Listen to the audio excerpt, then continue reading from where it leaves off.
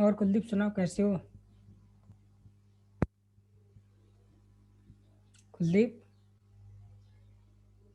Question किए थे।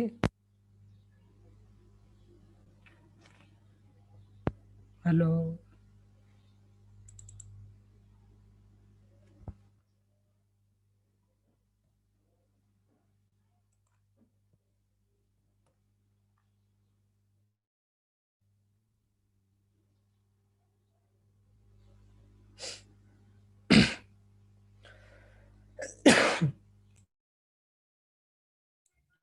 Hello.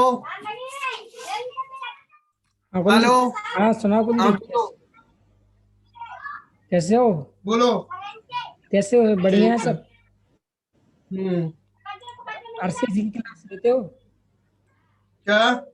RCC वाली क्लास लेते हो, सुबह वाली? वो आरसीसी अन अकेडमी के मैंने 30 लेक्चर देख लिए हैं। कितने? 30। 30। हाँ, इतने सारे लेक्चर किसे देख लिए तुमने? वो कितने मैं दिन में बहुत बार देख लिए। कितने हाँ? दिन में नोट्स बनाए? नोट्स नोट्स बना नोट्स लिए बना है मतलब है? हर चीज। हाँ हाँ। और इधर एनवायरमेंटल में 38 के आसपास चल रहा है, 55 तक है उसकी खत्म। और हम्म। ईसीसी के 15 16। और कौन सा सब्जेक्ट है? वीडियो देखने मतलब क्वेश्चन किए और कौन सा गेट के? सब्जेक्ट है?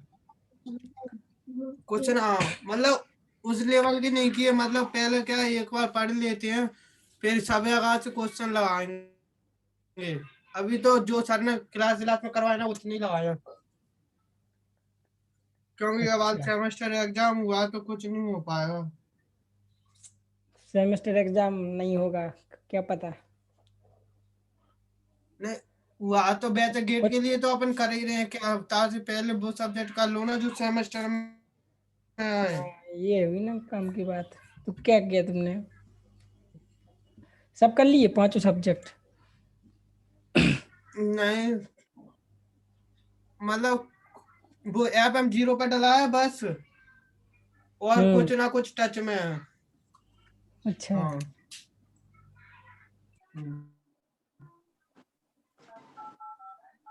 इन्वायरमेंटल खत्म कर दूंगा दिवाली से पहले, फिर उसके बाद देखते हैं ईसीसी पढ़ेंगे। ईसीसी के बाद फिर एएफएम, फिर जो आधा आधा दिखाता ना उसको पूरा कर देंगे। गेट निकाल लोगे इस बार में? हम्म। फिर क्या, फिर तो आपने जिस सिलेबस सेमेस्टर का खत्म करके जियो टेक पढ़ लेंगे, एएफएम पढ़ लेंगे। और क्या। सर आ गए। Good morning, good evening sir. अबे गुड मॉर्निंग कहाँ है बे? 5 बज रहा है। गुड इवनिंग बोला सर, सुबह हाँ, सुबह शुरू अच्छा शुरू अच्छा, करने को मेरे गया तो मुझे उम्र सर। होगा, मतलब 5 बज रहे होंगे अभी। कहाँ सुनाई देता है तो गुड मॉर्निंग बोलता है, इवनिंग बोलता है, हाँ?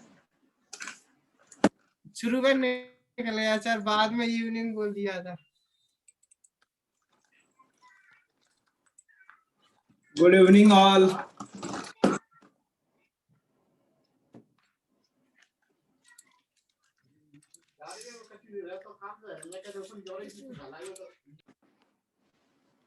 मेरा पेन कहाँ गया?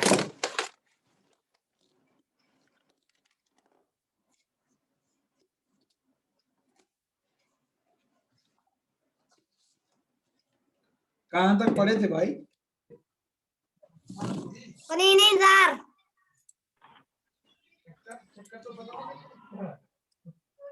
ये पढ़ा था सर, ये सिमेट्रिकल लोडिंग होगी तो उसका इलास्टिक का सिमेट्रिकल होगा, और सर उसके क्वेश्चन सॉल्व किए थे दो। ना वो सिमेट्री पासिंग थ्रू बीम कर दिए थे नहीं?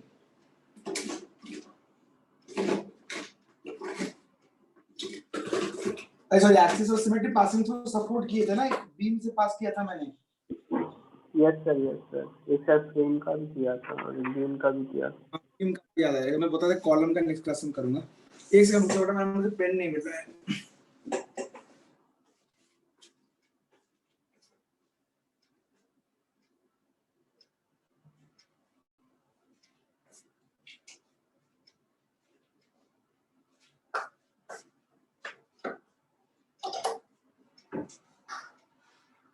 संतोष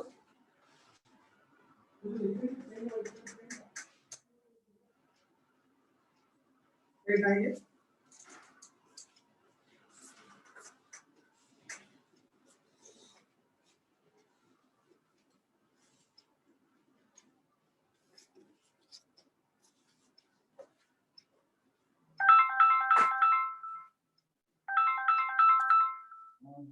तो व्हाइट कलर पेन लेके नहीं तो पंडे को आ रहा।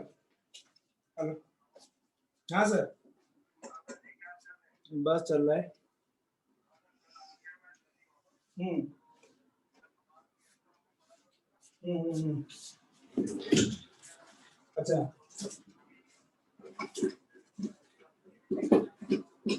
अच्छा। हम्म हम्म। आज आज आज आज सैटरडे है, सैटरडे के नॉन वेज नहीं खाता। ठीक है। आप दिल्ली आ गए हैं ना? Okay okay okay.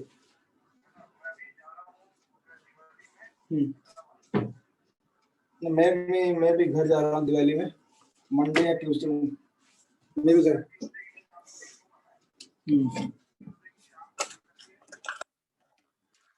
कॉलेज में, हाँ मेरा कार आज आ गया।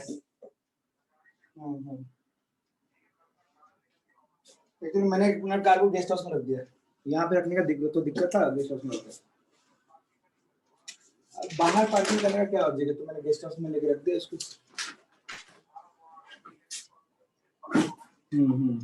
अभी खाली है ना, अभी क्लास नहीं चल रहा तो फैकल्टी है नहीं, तो रख दिया मैंने। कोई नहीं है, ठीक है ठीक, ओके ओके ओके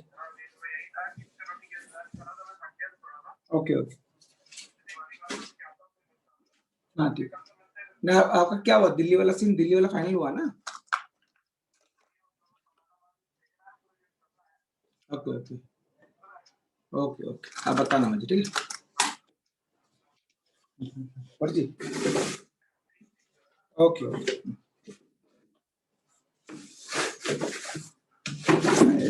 टेबल के तीन साइड को देख रहे हो, ऐसे पत्थर को दिख रही कुछ पर जो चार्ज तो उससे नहीं।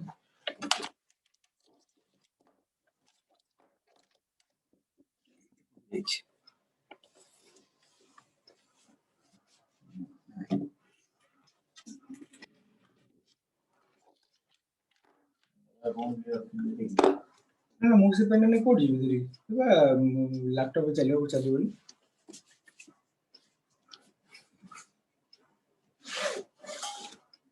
सुबह चार्ज पे से जाना था, एमटी पर 8 कर देते चार्ज पे से। कल तो क्लास नहीं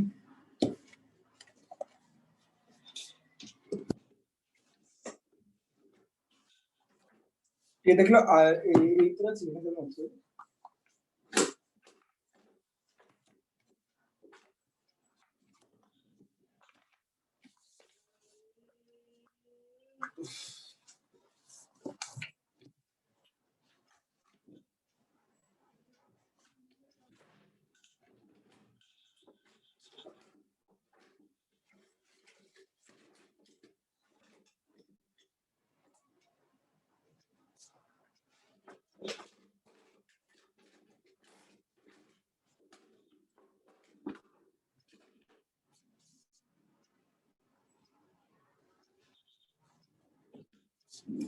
कर रहा हूँ।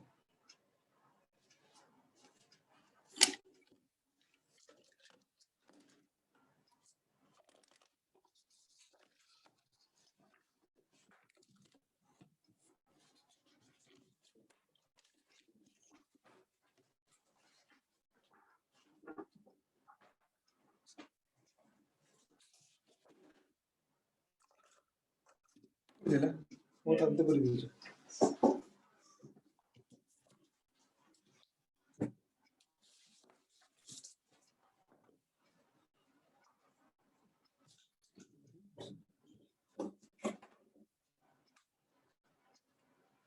कर होंगे।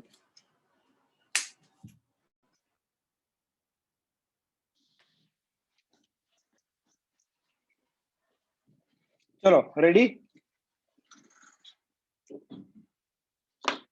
शुरू करें? चलो। Yes sir.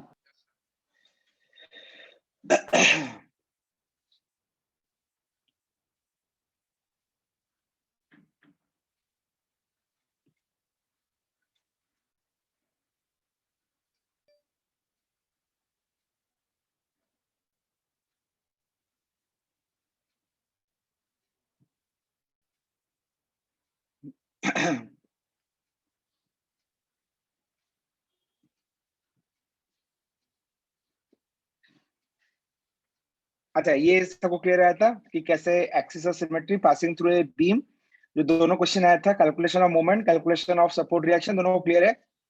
ये वाला क्वेश्चन ये क्लियर सबको?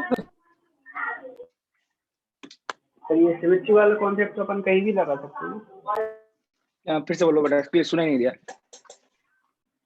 ये सिमेट्री वाला कॉन्सेप्ट कहीं भी लगा सकते हैं ना सर। कौन सा वाला कॉन्सेप्ट?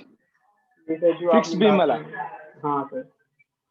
नहीं भाई, कहीं पे भी नहीं भाई, पहले हाँ तो ऐसा होना सिमेट्री हो चाहिए जहाँ। कि हाँ जी हाँ बता। सिमेट्री हो तब लगाओगे ना। हाँ सिमेट्री हो तो लगा सकते हो, है ना। ओके अच्छा, एक और वैरायटी क्वेश्चन है, तो ये तो मैंने सॉल्व कर ही दिया था। एक और वैरायटी क्वेश्चन है जो तुम्हारे गेट में ही पूछा था। Sorry, question is to calculate MAB। क्या पूछा था गेट में, मुझे क्वेश्चन तो याद नहीं है, लेकिन लॉजिक पता लग जाएगा तो तुम्हें जो भी पूछेगा तुम आराम से कर सकते हो। ठीक है, मान लो कुछ इस तरह क्वेश्चन दिया हुआ है।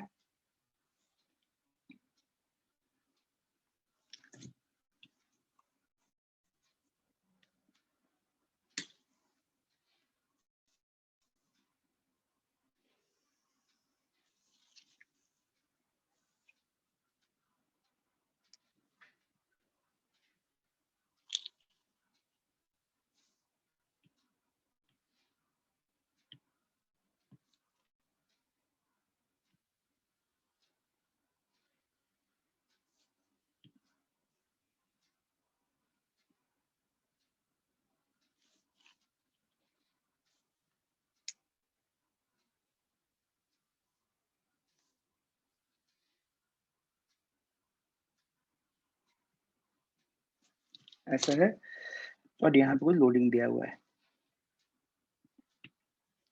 ठीक है, मान लो this is 2i, this is 4 metre, this is again 2i, this is 4 metre, this is i, this part is 6 metre,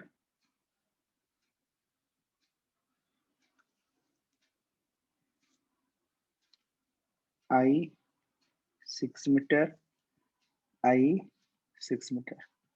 this is A, B, C, D, E, F। तो इसमें तुम्हें मोमेंट MAB निकालना है। अच्छा, क्या इस केस को हम पहले डिस्कस कर चुके हैं क्या? In this case the axis of symmetry is passing through this column, yes और नो? Yes sir. और हमने कॉन्सेप्ट डिस्कस किया था कि axis of symmetry passing through a support और column, then the joint will behave as a rigid joint. देखो ये concept discuss किए थे क्या? ये जॉइंट किसकी तरह बिहेव करेगा ना, रिजिड जॉइंट की तरह, कंफर्टेबल। तो अगर MAB पूछा है, तुम इसको रिड्यूस कर दो स्ट्रक्चर को। रिड्यूस स्ट्रक्चर बनाओगे तो कितना आसानी से सॉल्व हो जाएगा रिड्यूस स्ट्रक्चर। अगर तुम रिड्यूस स्ट्रक्चर इसका बनाओगे तो reduce structure will look something like this. Symmetry तो है ही। अच्छा, कोई मुझे बोल सकता है, जो चालाक है बता देगा, बोलो तो CE मेंबर में कितना मूवमेंट आएगा? CE मेंबर में कितना मूवमेंट आएगा? What will be the movement in member CE? 0 sir. क्यों 0? सर क्योंकि वो रोटेट ही नहीं करेगा ना, सिमेट्री के चलते हमने रिजिड कर दिया उसे। करेक्ट, रोटेट ना करके बोलना कि सर कर्वेचर नहीं आएगा। ये जो लोडिंग है, due to this loading there will be no curvature. और सिंपल सी बात है बेटा, कर्वेचर है तो मूवमेंट है, कर्वेचर नहीं तो मूवमेंट नहीं, क्योंकि यहाँ पे कोई कर्वेचर नहीं होगा तो मूवमेंट भी नहीं होगा। तो CE में भी 0, EC में भी 0। इनफैक्ट इस कॉलम में कोई भी सेक्शन में मूवमेंट नहीं आएगा। कंफर्टेबल? अच्छा, अगर ये बात सच है तो इसका रिड्यूस स्ट्रक्चर कैसे दिखेगा? ना रिड्यूस स्ट्रक्चर ऐसे दिखेगा ना, इट वुड बी तुम्हारा पहले फिक्स्ड है A पे, ठीक है, और इसका कुछ नाम देते हैं C। हाँ, तो ये C भी तुम्हारा फिक्स की तरह ही बिहेव करेगा। This C will behave as a fixed support only। ठीक है, तो this part is A,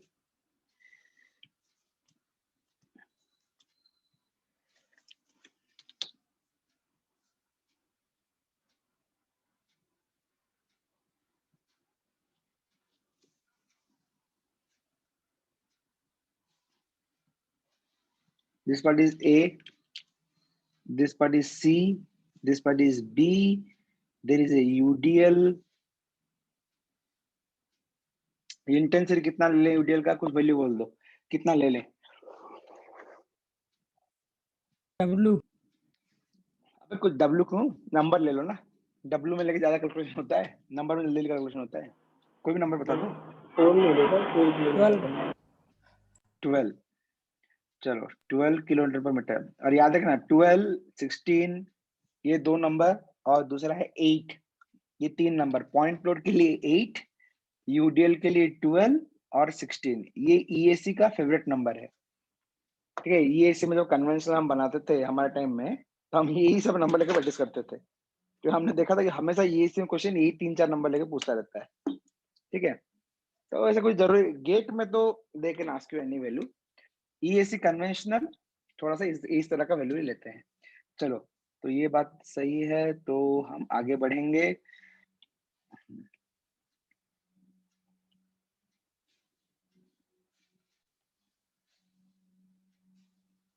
okay, तो अगर ये बात सच है तो एम ए बी हो गया, बीसी हो गया, रिड्यूस स्ट्रक्चर। अब देखो, अभी मुझे इसका लॉकिंग अनलॉकिंग करना है। अच्छा बताओ तो, मैं अगर यहाँ पे डिस्ट्रीब्यूशन फैक्टर निकालूं, किस जॉइंट का यहाँ पे डिस्ट्रीब्यूशन फैक्टर निकलेगा? 3 जॉइंट देख पा रहे हो, ए बी सी, किस जॉइंट का? Obviously B. और बी का क्यों निकलेगा ना, बी पे 2 मेंबर है, तो बी पे तुम 2 मेंबर है, डिस्ट्रीब्यूशन फैक्टर तुम्हें बताना है, तो बी पे 2 मेंबर देना। एक नाम तुम जब कोई किताब पढ़ोगे या और किसका नोट्स वोट्स देखोगे, तो वो एक रिलेटिव स्टिफनेस में बात करते हैं बेटा। ठीक है, रिलेटिव स्टिफनेस में बात करेंगे। हम डिस्ट्रीब्यूशन फैक्टर निकालते हैं, वो रिलेटिव स्टिफनेस निकालते हैं, और रिलेटिव स्टिफनेस से वो डिस्ट्रीब्यूशन फैक्टर निकालते हैं। मतलब हमारा जो डिस्ट्रीब्यूशन फैक्टर होगा, उनका भी वही डिस्ट्रीब्यूशन फैक्टर है, लेकिन एक टर्म वो यूज करते हैं relative stiffness. Exam point of view से रिलेटिव स्टिफनेस तुम ना भी जानो, कोई फर्क नहीं पड़ता। अब डिस्ट्रीब्यूशन फैक्टर को कैसे निकाल रहा है तो उसका चॉइस है ना। तो अगर तुम कहीं देखोगे तो कंफ्यूज मत होना कि सर आपने रिलेटिव स्टिफनेस कभी बताया नहीं, तो हर जगह पे यूज कर रहा है। उसको यूज करने दो। तुम डिस्ट्रीब्यूशन फैक्टर में सिखाया हो ना, तुम डिस्ट्रीब्यूशन फैक्टर को जैसे मैं बताता हूँ वैसे निकालना है, तुम मैच करना, दोनों का आंसर मैच करेगा। ठीक है, अगर नहीं कर रहे तो तुम कोई गलती कर रहे हो। ठीक है, तो एक टर्म तुम्हें देखने को मिलता है रिलेटिव स्टिफनेस। इवन मुझे याद है कॉलेज डेज में तो हम रिलेटिव स्टिफनेस से ही सॉल्व करते थे। ठीक है, तो रामानुजम सब रिलेटिव स्टिफनेस ही बताया था, तो वहां पे तो नॉलेज तो होता नहीं था, तो जो बुक बोलता था वही सही लगता था। तो उस चक्कर में हम लोग रिलेटिव स्टिफनेस काम किए थे, लेकिन कोई जरूरत नहीं है रिलेटिव स्टिफनेस। रिलेटिव स्टिफनेस मतलब क्या? देखो रिलेटिव, जब ये टर्म, जब भी तुम इंजीनियरिंग में टर्म सुनोगे ना रिलेटिव, मतलब किसी के रेस्पेक्ट में जरूर होगा। तो रिलेटिव स्टिफनेस तो किसी के रेस्पेक्ट में है, स्टिफनेस किसके रेस्पेक्ट में है ना, फिक्स्ड सपोर्ट के रेस्पेक्ट में है। जैसे हम कहते हैं one far and is fixed, और ये तुम्हारा हिंज है। ठीक है, तो इसका स्टिफनेस होता है 4EI/L। तो जब फार एंड तुम्हारा हिंज होता है, तुम स्टिफनेस बोलते हो 3EI/L। ठीक है, जो 3EI/L जो 4EI/L बोलते हो, यहाँ पे इसका रिलेटिव स्टिफनेस को 1 बोलते हैं, मतलब इसको बेस मान देते हैं। अगर ये 1 है तो इसका बोलते हैं 3/4। ये 1 है तो इसका बोलते हैं 3/4। बात समझ रहे हो? मतलब वो क्या कर रहे हैं, स्टिफनेस को कंपेयर कर रहे हैं, क्या मानते हुए ना, तुम्हारा फार एंड फिक्स को स्टैंडर्ड मानते हुए। अगर ये स्टैंडर्ड है, इसके रेस्पेक्ट में ये वैल्यू कितना होगा। तो मुझे लगता है भाई क्या जरूरत है, मैं क्यों किसी को स्टैंडर्ड मानने जाऊं, मैं क्यों किसी को रेफरेंस मान के बाकी सबका स्टिफनेस निकालूं। कोई मुझे पूछ सकता है ना, सर आपने इसको स्टिफनेस क्यों क्यों स्टैंडर्ड माना, आपको 4EI/L स्टैंडर्ड मानने का लॉजिक क्या है? कोई लॉजिक तो है नहीं मेरे पास। तो मैं कभी भी अपने क्लास में रिलेटिव स्टिफनेस का टर्म यूज नहीं करता, लेकिन किताब में वो बहुत यूज करता है। मुझे लगता है कोई खास लॉजिक तो उनके पास भी नहीं होगा, क्यों स्टैंडर्ड मानने का क्या लॉजिक है, कुछ भी तो किस स्टैंडर्ड मान सकते थे। तो इसलिए मैं कभी यूज नहीं करूंगा, तुम कभी देखोगे तो कंफ्यूज मत होना। ठीक है, अच्छा आ जाओ। अब तुम BA और BC का स्टिफनेस बताना होगा। BAC का है 2I 4 मीटर, BA का कितना I 6 मीटर, BA का होगा I 6 मीटर। हाँ, मुझे बताओ बाबा BA का कितना होगा और BC का कितना होगा, लॉजिक क्या बताना, ऐसा आंसर मत देना फुद्दू की तरह। BA का कितना स्टिफनेस होगा, BC का, जल्दी बताओ, टाइम नहीं है मेरे पास।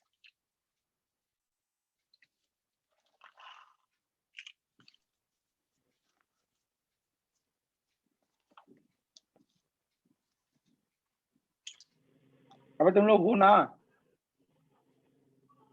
सर बीए का तो 2EI/3 होगा। BA का 2EI/3 मतलब फिर वो 4EI/L है, तो L 6 तुम मीटर। भाई ऐसे बोलो ना, तुम इतना गणित मत लगाओ ना। तुम बताओ 4EI बाय एल होगा या 3EI बाय एल होगा, ऐसे बताओ।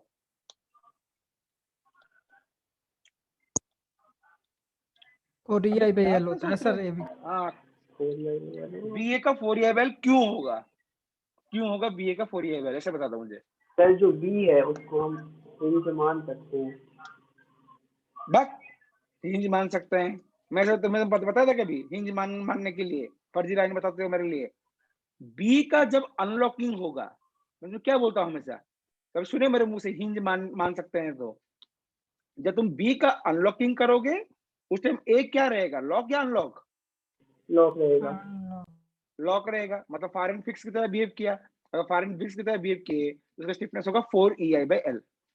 तो बी का कितना हो गया 4EI बाय एल। बीसी का कितना होगा, सेम लॉजिक, जब हम बी का अनलॉकिंग करेंगे सी होगा लॉक मतलब फिक्स, तो उसका स्टिफनेस भी कितना होगा 4EI बाय एल। तो देखते हैं बी का कितना, बीसी का कितना ना, 4E into I by L कितना है बोलो तो 6। तो ये कितना होगा ना 2/3EI, ये होगा कितना 2/3EI। अब बीसी में आ जाओ, बीसी भी कितना होगा ना 4 into E into 2I by 6 नहीं हुआ कितना 4 ना, ये कितना हुआ 2EI। अगर तुम दोनों को जोड़ दोगे, जोड़ने पे कितना आता है 8/3 आ रहा है शायद, 8/3EI। अगर 8/3EI आया तो इसका मुझे दिख रहा है 1/4 और इसका 3/4। देखना मैं सही हूँ क्या, डिस्ट्रीब्यूशन जो होगा 1/4 और ये 3/4 है। अच्छा, अभी तुम जानते हो पहले मुझे लॉकिंग का असर लेना पड़ेगा।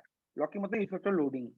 लोडिंग कहाँ है सिर्फ बीसी में, तो अगर मैं यहाँ पे इफेक्ट ऑफ लोडिंग ले लूं,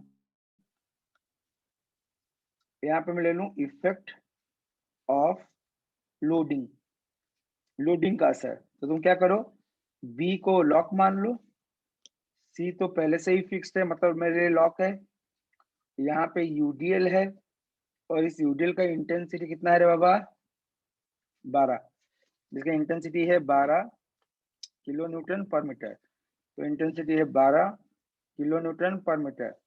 तो यहाँ पे मोमेंट ऐसा, यहाँ पे मोमेंट ऐसा, this is 4 metre, this is 12 into 4 square by कितना डब्ल्यू स्क्वायर 12 होता है क्या, 16 किलोमीटर मीटर हो गया। अब आते हैं मोमेंट डिस्ट्रीब्यूशन टेबल में। एक बार इफेक्ट ऑफ लोडिंग ले लिए, अब आते हैं मोमेंट डिस्ट्रीब्यूशन टेबल में, फोकस करना। अब आते हैं हम moment distribution table, moment distribution table. तो देखना मोमेंट डिस्ट्रीब्यूशन टेबल में हम क्या करेंगे, पहले जॉइंट बी, फिर दोनों साइड में ए और सी दिखा देंगे। ठीक है, भले एक हॉरिजॉन्टल है एक वर्टिकल है, लेकिन हमें तो बस मोमेंट बांटना है ना, तो किस ओरिएंटेशन में है मुझे इससे मतलब नहीं है, मुझे मोमेंट बांटना है। तो मान लो ये तुम्हारा बी है, ये तुम्हारा ए है जो फिक्स है, भले ही ये कॉलम है मैं बीम की तरह दिखा रहा हूँ, ये बी है तो ये पार्ट तुम्हारा कितना सी है। अच्छा, बी ए का स्टिफनेस कितना है तेरा बाबा ना, बी ए का स्टिफनेस आया था 1/4, बी ए का स्टिफनेस आया 1/4। बी सी का स्टिफनेस कितना है ना तुम्हारा 3/4, बी सी का स्टिफनेस कितना है तुम्हारा 3/4। अब देखते हैं लॉकिंग का असर। अगर लॉकिंग किया ए बी में कोई लोड नहीं, ए बी में कोई लोड नहीं तो ए बी में कोई मूवमेंट नहीं। तब आते हैं बीसी पार्ट में। बीसी पार्ट में बी में मूवमेंट कौन सेंस में है, एंटी क्लॉकवाइज मतलब प्लस या माइनस -16। सी में कौन सेंस में है क्लॉकवाइज प्लस या माइनस +16। कंफर्टेबल, यहाँ तक मेरा काम हो गया। अब मुझे जॉइंट को अनलॉकिंग करना है। यहाँ पे लॉकिंग, किसका लॉकिंग हुआ है बाबा, ये लॉकिंग हुआ है थीटा बी का। अगर ये लॉकिंग थीटा बी है, अभी अनलॉकिंग करेंगे। तो अनलॉकिंग कैसे करेंगे ना, अनलॉकिंग करने के लिए जॉइंट बी पे नेट मोमेंट कितना चाहिए, अनलॉकिंग के लिए जॉइंट मोमेंट नेट मोमेंट कितना चाहिए ना 0।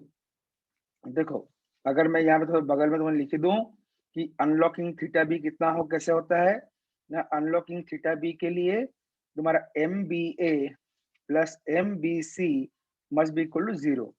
ठीक है, लेकिन तुम्हारा MBA प्लस MBC कितना है ना MBA है 0, ठीक है, प्लस MB से कितना है ना -16 plus x must be equal to 0। x क्या होता है ना अनलॉकिंग मूवमेंट, तो x कितना होगा ना +16, x कितना होगा +16। कोई डाउट किसी को?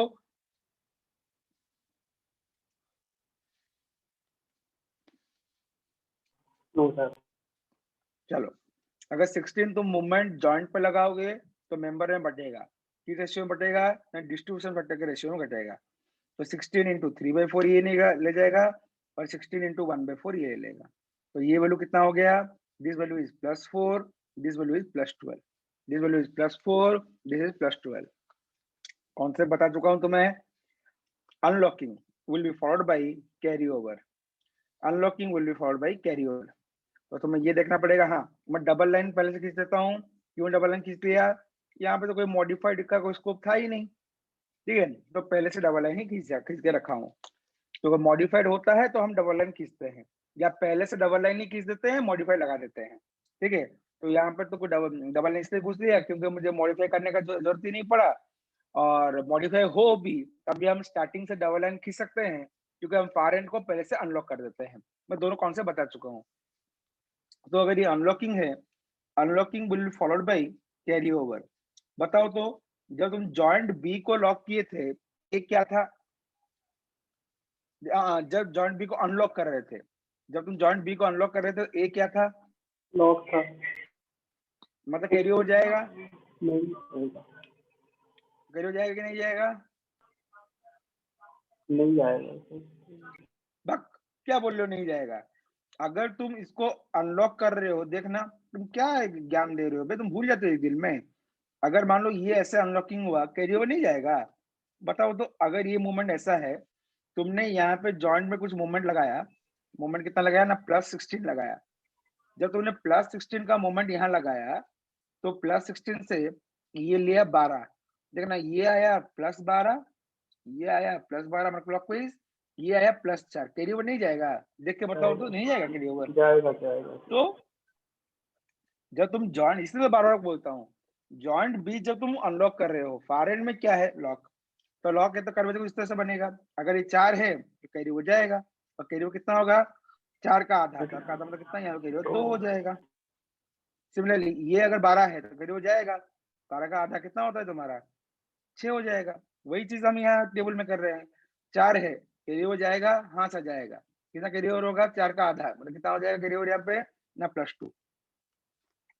सिमिलरली जब बी को अनलॉक कर रहे थे, सी भी लॉक था, तो कैरी ओवर कितना होगा ना +6। Comfortable all of you? समझ में आया ना?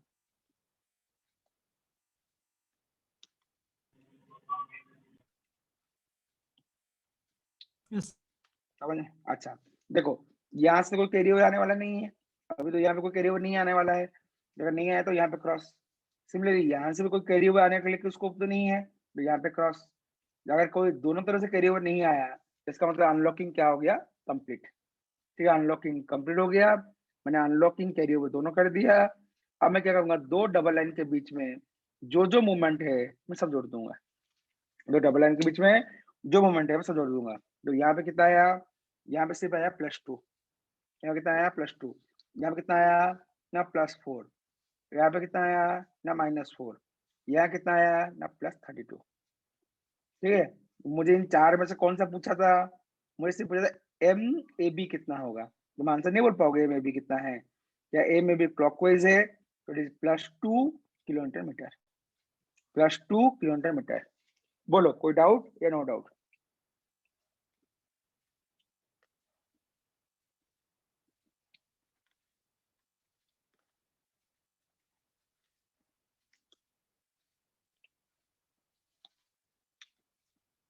बी को ही क्यों कर रहे हैं उसमें लॉक? बोलो, अनलॉक जॉइंट ए फिक्स है, मैं लॉक कर सकता हूँ। अगर देखो जो फिक्स है उसको क्या लॉक करना, जॉइंट सी तो फिक्स की तरह बिहेव कर रहा है तो जॉइंट सी फिक्स ही रहेगा। इसका मतलब कौन सा जॉइंट रोटेट कर सकता है, इस स्ट्रक्चर का डीके कितना है, how much is the DK of the structure, how much is the DK of the structure, come on. DK नहीं बोल पाओगे बी पीटूंगा बी तुम लोग। बी का होगा डी। हाँ तो डीके कितना 1 है ना, हाँ डीके अगर 1 है, वो 1 कौन है, थीटा बी। तो जो डीके है वही तो हम डिस्प्लेसमेंट मेथड हम पढ़ रहे हैं। काम क्या है, डीके पे ही काम है। तो जो उसका डिस्प्लेसमेंट है तो उसी को अननोन मान के काम करोगे।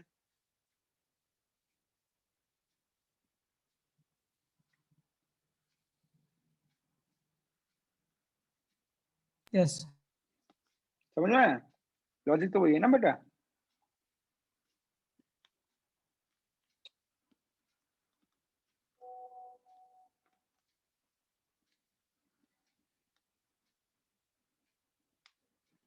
बोलो, कोई डाउट?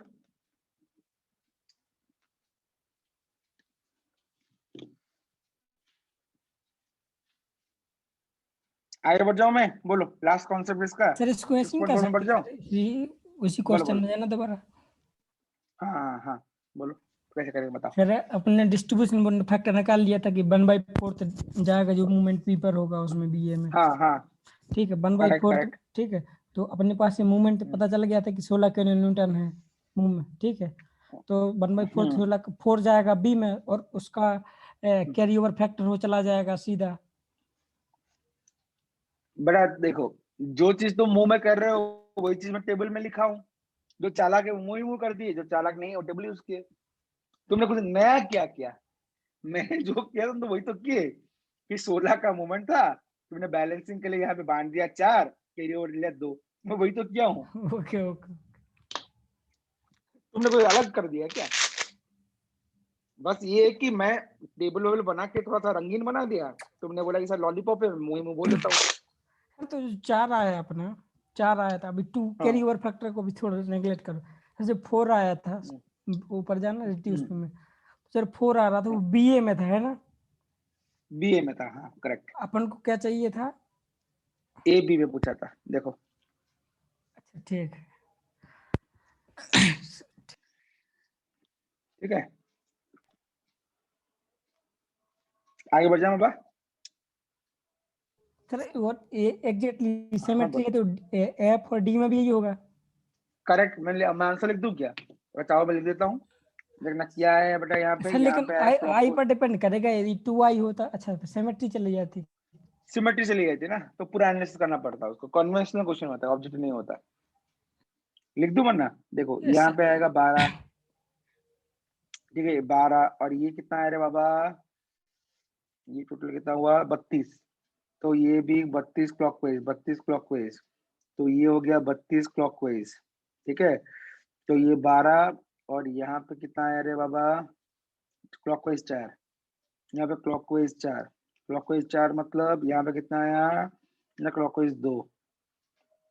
ठीक है, सिमेट्री। ये 32 तो ये 32, ये 32 तो ये 32। ठीक है, सिमेट्री मतलब अपोजिट सेंस का होगा, एक क्लॉक है तो एंटी क्लॉक होगा। ये सिमिलरली यहाँ पे देखना, ये 12 है कौन सेंस में? ना क्लॉकवाइज। सिमेट्री से ये क्या आएगा? ना एंटी क्लॉकवाइज। कितना एंटी क्लॉकवाइज होगा रे बाबा? ना 12। ठीक है, सिमिलरली ये अगर इसको तुम देखोगे 4 क्लॉकवाइज है तो सिमेट्री का मतलब क्या होगा? ये 4 होगा, लेकिन 4 कौन से में होगा? ना एंटी क्लॉकवाइज होगा। ये 4 अगर एंटी क्लॉकवाइज है, कैरी ओवर क्या होगा? 4 का आधा, तो ये आधा कैसे आएगा? ना एंटी क्लॉकवाइज 2। चेक कर दो, कहीं पर डाउट है तो पूछ लो।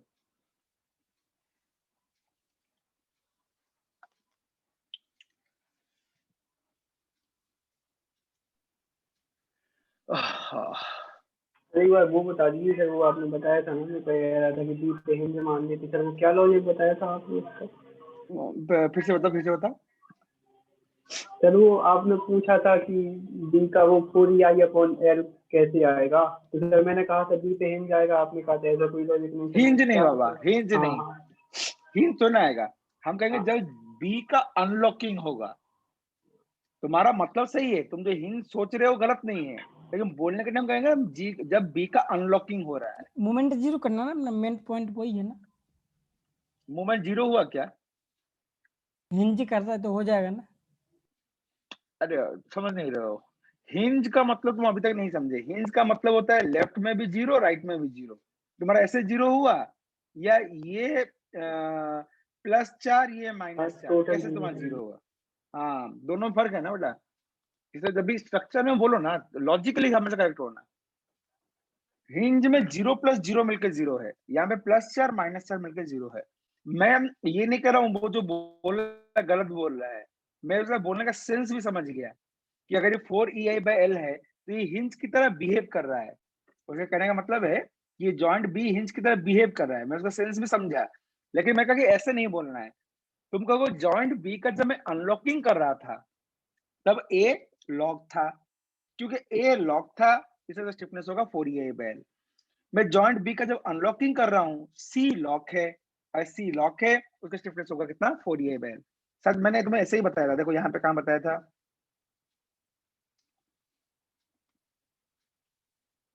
शुरुआत कहाँ से किया था, ये यहाँ से किया होगा, देखो यहाँ बताया था अनलॉकिंग में।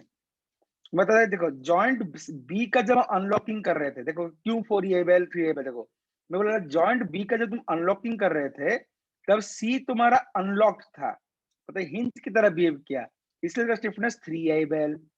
जब तुम बी को अनलॉक कर रहे हो तब तुम्हारा ए लॉक है, इसलिए इसका स्टिफनेस कितना होगा 4EI/L। तो वही लिखा हूं मैं, ये रहा 4EI/L 3EI/L। मैं क्या लॉजिक क्या दिया था, जब तुम अनलॉकिंग कर रहे हो तब तुम सी को देखो, सी है हिंज, अगर हिंज है तो 3EI/L।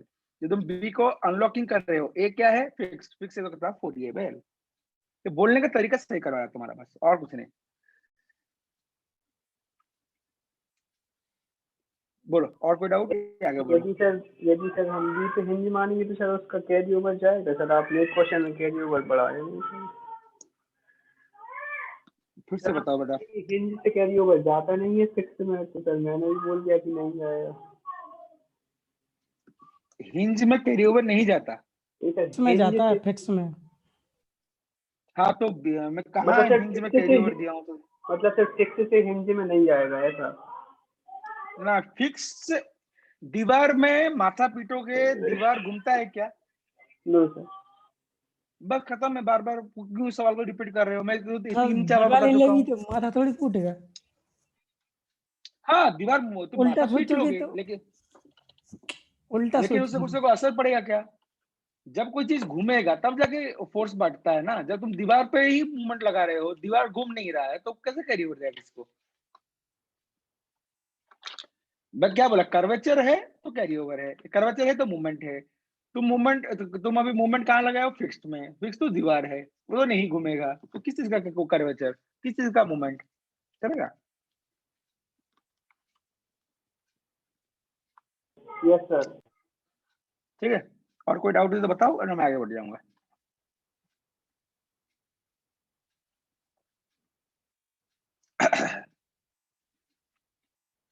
Done all of you. 16 kilometre था ना सर इसमें मूवमेंट, ऊपर अब आपने भी 32 लिखा।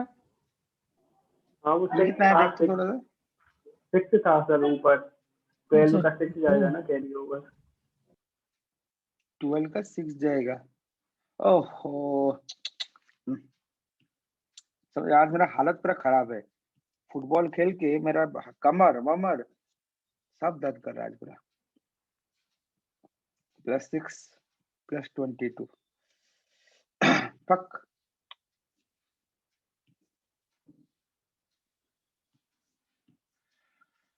ट्वेंटी टू चलो सर मेरा मिस्टेक,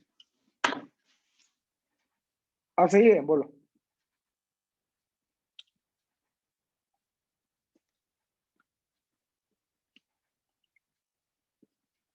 आगे बढ़ जाऊं। Yes sir. अच्छा एक और लास्ट कॉन्सेप्ट है, स्वे एनालिसिस बाय एमडीएम। देखो ऐसे तो एमडीएम में स्वे एनालिसिस करो ऐसे कोई जरूरी नहीं है, लेकिन कभी कभी क्या करता है बेटा, ये जो तुम्हारे गेट में ईएसी में कभी कभी जरूरत पड़ सकता है कॉन्सेप्ट, ठीक है। तो मैं क्या करता हूँ, मैं तुम्हें समझाता हूँ कि इसका एनालिसिस तुम कैसे करते हो, मतलब क्या लॉजिक है इसका, ठीक है। तो मान लो एक स्ट्रक्चर है जहां पे मुझे स्वे एनालिसिस करना है, स्वे एनालिसिस करने का मतलब क्या है, स्ट्रक्चर में कुछ हॉरिजॉन्टल डिफ्लेक्शन होगा तो उसके कारण कुछ कर्वेचर आएगा, कर्वेचर के कारण कुछ मूवमेंट आएगा, मुझे उस मूवमेंट को निकालना है। तो देखना मैं एक सिंपल सा स्ट्रक्चर लेके मैं एनालिसिस के साथ क्वेश्चन, इसको क्वेश्चन भी मान लेता हूँ, इसे सोल्यूशन भी कर देता हूँ तुम्हारे लिए, ठीक है। तो मान लो ऐसा कुछ है, मान लो स्ट्रक्चर है, मैं इसको एक क्वेश्चन ही मान रहा हूँ, ठीक है। एग्जैक्ट गेट का क्वेश्चन बना दूंगा तो कोई मतलब नहीं है। गेट में ऐसे क्वेश्चन एक आया है जहाँ पे सपोर्ट सेटलमेंट हुआ है, मैं अगर वो बना दूंगा गेट में और कोई क्वेश्चन है ही नहीं, मतलब जो थोड़ा अच्छा हो, चैलेंजिंग हो, ऐसे कुछ है ही नहीं, तो मैं उसको नहीं बनाता। मैं एक इजी क्वेश्चन बनाता हूँ ताकि तुम इस कॉन्सेप्ट को समझ के वो तुम गेट का क्वेश्चन अप्रोच कर पाओ। तो मान लो ये तुम्हारा एक ऐसा क्वेश्चन है, एक एंड फिक्स है, एक एंड हिंज है, यहाँ पे तुमने फोर्स लगाया है, मान लो ये फोर्स है 30 kilo Newton, this part is A, this part is B, this part is C, this part is D. अब पंगा क्या है, जब तुम 30 किलो न्यूटन का फोर्स लगाओगे ये स्ट्रक्चर स्वे करेगा, as you know there will be sway in the structure. तो एग्जैक्टली स्ट्रक्चर कैसा दिखेगा तो मैं नहीं बोल पाऊंगा, लेकिन एज यू अंडरस्टैंड कि मान लो इस पार्ट में ये ऐसा कुछ कर्वेचर आ जाएगा, ठीक है। अगर ये पार्ट गया बी से बी डैश, बी से बी डैश अगर डेल्टा है तो ये पार्ट भी आगे से बढ़ जाएगा, तो सी से सी डैश हो जाएगा, सी से सी डैश भी कितना हो जाएगा ना, डेल्टा हो जाएगा। और यहाँ से लेके यहाँ तक ये कुछ इस तरह का कर्वेचर आ जाएगा, और 90 डिग्री मेंटेन करते हुए ये पार्ट ऐसे आ जाएगा। तो तुम देख रहे हो यहाँ पे कर्वेचर हर जगह पे आ गया, अगर कर्वेचर हर जगह पे आ गया तो हर जगह पे मूवमेंट आ जाएगा। अब पंगा है कि मूवमेंट हम इसको कैसे एनालिसिस करें। जरा गेम यहाँ पे तो गेम थोड़ा सा मैं क्या बोलूंगा लॉजिकल है। पंगा ये है कि जैसे मान लो लोडिंग होता है, हमारा इस स्ट्रक्चर में तो बीम में लोडिंग नहीं है, हो सकता है बीम में लोडिंग भी हो, तो हम क्या करते हैं पहले लॉक कर देते हैं। लॉक करने के बाद हमें कुछ मूवमेंट्स मिलता है, ये मान लो ये नंबर मिलता है। जब ये नंबर मिलता है हम इस नंबर को देखते हैं कि इक्विलिब्रियम के लिए नंबर कितना होना चाहिए। जैसे मुझे पता था इक्विलिब्रियम के ये होना चाहिए था 0, लेकिन है -16, तो हम कुछ अनलॉकिंग कर देते हैं। लेकिन इस तरह का केस में मैं अगर स्वे एनालिसिस कर रहा हूँ स्टेप 1 में तुमको देखना मैं क्या कर रहा हूँ, यहाँ पे स्वे मूवमेंट निकाल रहा हूँ मैं। क्या देखे निकाल रहा हूँ मैं, स्वे मूवमेंट। अब स्वे मूवमेंट क्या है भाई, अब स्वे मूवमेंट क्या है, तुम देखो, अगर तुम यहाँ पे देखोगे यहाँ पे क्या हो जाएगा, अगर तुम जॉइंट पहले तुम क्या करोगे ना, ए और बी को फिक्स मानोगे, मतलब ए तो फिक्स है ही, तुम बी को फिक्स मानोगे। ठीक है, हम लॉकिंग करते हैं सब कुछ, लॉकिंग करके असर लेते हैं। तो पंगा क्या है देखो, अगर तुम यहाँ पे देखोगे ये ऐसा है, यहाँ पे ये ऐसा है, ए बी सी डी, पर मैं ड्रॉ कर दूं फिर समझाता हूँ, ठीक है। तो ए बी सी डी जो स्ट्रक्चर तुम्हारा है, ए बी सी डी जो स्ट्रक्चर तुम्हारा ऐसा है, ठीक है। तो this part is A, this part is B, this part is C, this part is D. मान लो ए जो पार्ट है, ए सॉरी बी जो पार्ट है वो आगे बढ़ा ऐसे बी डैश, सी जो पार्ट है वो आगे बढ़ा सी डैश। अब पंगा क्या है, ये जो बी पॉइंट में दो चीजें रे बाबा, एक तो डेल्टा बी है, एक थीटा है, एक डेल्टा बी है, एक थीटा बी भी है। सी पॉइंट में सिमिलरली एक थीटा सी भी है। पंगा क्या है, हम एमडीएम में अननोन रोटेशंस को लॉकिंग अनलॉकिंग करके निकाल देते हैं, लेकिन अननोन डेल्टा निकालने के लिए हमारे पास कोई डायरेक्ट तरीका नहीं है। जैसे स्लोप डिफ्लेक्शन मेथड में ये डेल्टा निकालने के लिए हम लोग शेयर इक्वेशन यूज करते थे। हमने लिखा था shear equation can be used to calculate delta, तो डेल्टा प्रेजेंट है, तुम शेयर इक्वेशन लिखो, लिख के तुम डेल्टा निकाल दो। मूवमेंट डिस्ट्रीब्यूशन मेथड में ऐसा कोई शेयर इक्वेशन लिखने का कोई स्कोप ही नहीं है। तो getting my point, movement distribution method में सिर्फ एक ही चीज कर सकते हो, जॉइंट को लॉक, जॉइंट को अनलॉक। तो हम क्या करते हैं भाई, जॉइंट को लॉक अनलॉक तो कर देंगे, लेकिन यहाँ पे दो दो असर है, डेल्टा और थीटा का असर है, तो कैसे अकाउंट करेंगे। एक काम करते हैं, एक इफेक्ट एक बार लेते हैं। तुम जानते हो ये डेल्टा और थीटा एक यूनिक पेयर है रे बाबा। यूनिक पेयर का मतलब तुम समझो, अगर ये 5 मीटर का बीम है, ये 5 मीटर बीम में तुमने कुछ फोर्स पी लगाया, अगर ये जॉइंट ए से ए डैश गया और ये 5 mm गया, इस 5 mm के लिए जो थीटा होगा मुझे बताओ, अगर ये 6 mm जाएगा, ये जो थीटा होगा, और ये 7 mm गया, मान लो ये जो थीटा होगा, क्या ये तीनों थीटा सेम होंगे? 5 mm का थीटा, 6 mm का थीटा, 7 mm का थीटा, ये सेम थीटा होंगे या अलग अलग थीटा होंगे बाबा? अलग अलग होंगे सर। अलग अलग होंगे। लेकिन 5 mm जब भी जाएगा ये बीम, जब भी 5 mm ये बीम जाएगा, क्या 5 mm जाने से उसका जो थीटा होगा वो कांस्टेंट वैल्यू है क्या? कभी भी वो 5 mm जाए, कभी भी वो 5 mm जाए, क्या 5 mm जाने से जो थीटा का वैल्यू होगा वो हमेशा फिक्स होगा? ये सब नो इस बीम के लिए? Yes sir. मैं मेरा अब एक वर्ड बोलता हूँ, समझना कि डेल्टा और थीटा यूनिक पेयर है। मतलब इस डेल्टा के लिए यही थीटा बी पॉसिबल है, और ये डेल्टा के लिए इस जॉइंट में यही थीटा सी पॉसिबल है। ऐसा नहीं हो सकता कि डेल्टा का वैल्यू 5 mm की जगह 4 mm हो गया। ऐसा नहीं हो सकता कि तुम डेल्टा 5 mm की जगह 4 mm गया, सॉरी ये मान लो जो भी था, और ये ऐसा नहीं हो सकता कि ए डैश 4 mm चला गया और 4 mm में जो थीटा मिल रहा है वो थीटा ए वो 5 mm के थीटा ए के बराबर हो। ये कभी नहीं हो सकता। 5 mm का थीटा जो होगा वो 5 mm के करस्पॉन्डिंग हमेशा होगा। 4 mm का जो थीटा होगा वो 4 mm के करस्पॉन्डिंग होगा। तो तुम जान लिए, इतना बार डिस्कशन करने का मतलब ये था कि डेल्टा और थीटा यूनिक पेयर होंगे। मतलब एक डेल्टा के लिए जो थीटा आने वाला है या जो थीटा के लिए जो डेल्टा आने वाला है वो हमेशा फिक्स वैल्यू होते हैं। अच्छा, तो फिर अब क्या आपको इससे क्या फायदा मिलेगा? अगर मान लो आप ये जान लिए कि डेल्टा और थीटा एक यूनिक पेयर है, तो आपको क्या फायदा मिलेगा? अगर मुझे डेल्टा और थीटा यूनिक पेयर मुझे पता है, अगर मैं स्ट्रक्चर को जितना डेल्टा देना है, मुझे पता है कि डेल्टा 5 mm जाने वाला है, तो मैं क्या करूंगा, इसको 5 mm आगे ले लूंगा। अगर इसको मैं 5 mm आगे ले लिया तो इसका मतलब अननोन सिर्फ थीटा रहेगा, क्योंकि 5 mm के लिए जो थीटा बी होगा वो फिक्स वैल्यू है।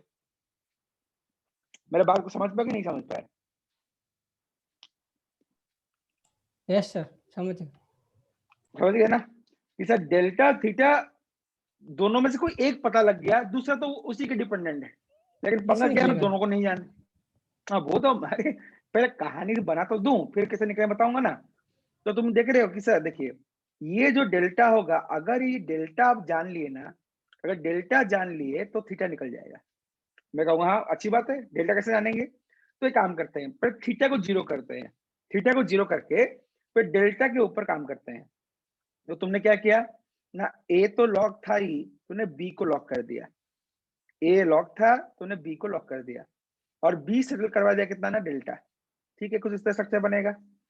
तो सी वैसे ही तुम्हारा सी को तुम लॉक करके एस सेटल करवा दिया डेल्टा। ऑब्जेक्टिव ये है कि कहा है कि दो दो अननोन में काम करना मुश्किल है, तो हम क्या करेंगे, एक अननोन में काम कर रहे हैं। वो एक अननोन कौन है बाबा? ना डेल्टा। तो कैसा, ठीक है। आप क्या करोगे? मैं क्या करने वाला हूं, अभी मैं डेल्टा के बारे में सोचने वाला हूं कि डेल्टा कितना होगा। अच्छा बताओ, क्या ये 30 के लिए ये डेल्टा जो है वो यूनिक वैल्यू है कि नहीं है? मतलब जब भी इस बी में 30 लगाओगे, क्या डेल्टा जो वैल्यू तुम जो एक्सपेक्ट कर रहे हो हमेशा वही आएगा? मान yes delta sir. Delta equal 5 mm, तो जब भी तुम 30 किलोटन लगाओगे तो ये 5 mm में आने वाला है। तो मैं दो लाइन लिखता हूँ, ये तुम्हें समझ में आना चाहिए। पहला लाइन है delta theta are unique pair. Unique pair हमेशा डेल्टा थीटा एक यूनिक पेयर होगा। सेकंड लिख देता हूं, P and delta are also unique pair. Unique pair क्योंकि सर इसका मतलब पी डेल्टा थीटा ये सब यूनिक पेयर है। हाँ हाँ, मतलब वही है, मुझे जो चाहिए था मैं उसको दो पार्ट में तोड़ के लिख दिया। कोई कहते तो तीनों को जोड़ दो, बोलो पी, एक पी जो पी लगाए हो, इस पी के लिए जो डेल्टा थीटा आएगा वो हमेशा कांस्टेंट होगा। हाँ तुम जो सोचते हो सही है। अच्छा, अब पंगा क्या है, तो आपने डेल्टा लिख दिया, डेल्टा का वैल्यू अननोन है। अच्छा, तुम जब कह रहे हो कि डेल्टा का वैल्यू पी पे डिपेंड करता है, जब तुम ये कह रहे हो डेल्टा का वैल्यू पी पे डिपेंड करता है, तो मुझे पता क्या मुझे पी पता है क्या? यस सर, वो पी कितना है? 30 किलो न्यूटन। तो मैं अभी क्या कर रहा हूँ, टारगेट बेटा पी से डेल्टा निकालने की कोशिश कर रहा हूँ। गेम को समझ में आया? Yes sir. Yes sir. अच्छा सर आप तो बोल तो दिए, निकालोगे कैसे? देखना बेटा, पी से डेल्टा कैसे निकलेगा? अगर ये एच ए है, ये एच डी है, अगर ये एच ए है, ये एच डी है, तो H A plus H D will always be equal to P. ठीक है, अगर मैं एच ए निकाल पाऊं, एच डी निकाल पाऊं, तो ये पी निकल जाएगा। तो सर ये सब निकालोगे कैसे? पर अभी मैं क्या करता हूँ, देखो अगर ये स्ट्रक्चर ऐसा है, तो स्ट्रक्चर ये लॉक है, तो यहाँ पे सेटलमेंट हुआ है क्लॉकवाइज, तो यहाँ पे मूवमेंट एक एंटीक्लॉकवाइज होगा, जिसका वैल्यू होगा 6EI delta by L square, और इसका मूवमेंट कितना होगा? Again 6EI delta by L square. मैंने एक गलती कर दिया, किसी ने मुझे बताया भी नहीं। बड़ा ये डी तुम्हारा क्या था? अनलॉक। डी तुम्हारा हिंज था या फिक्स था? फिक्स। हिंज था। मैं बना रहा हूँ फिक्स, तो कुछ बोल ही नहीं रहा है, देख रहे हो? फिक्स। हाँ।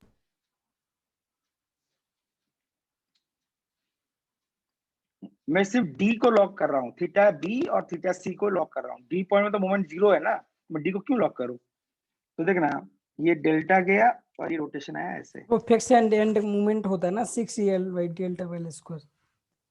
हाँ तो नहीं चाहिए ना, हम तो ये भी जानते हैं ना कि एक एंड फिक्स है, ये तो फिक्स की तरह बिहेव कर रहा है ना। अगर एक एंड फिक्स है, एक एंड हिंज है, और ये फिक्स एंड सेटल कर गया डेल्टा, बोलो मूवमेंट कितना आएगा? ये बता चुका हूं।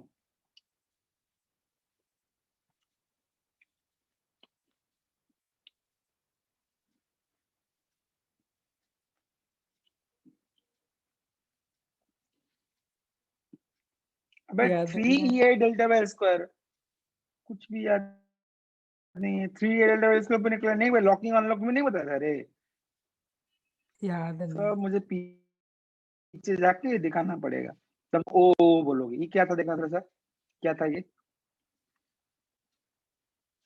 एक एंड फिक्स, एक एंड हिंज, सेटलमेंट हुआ, कितना मोमेंट आ रहा है रे बाबा?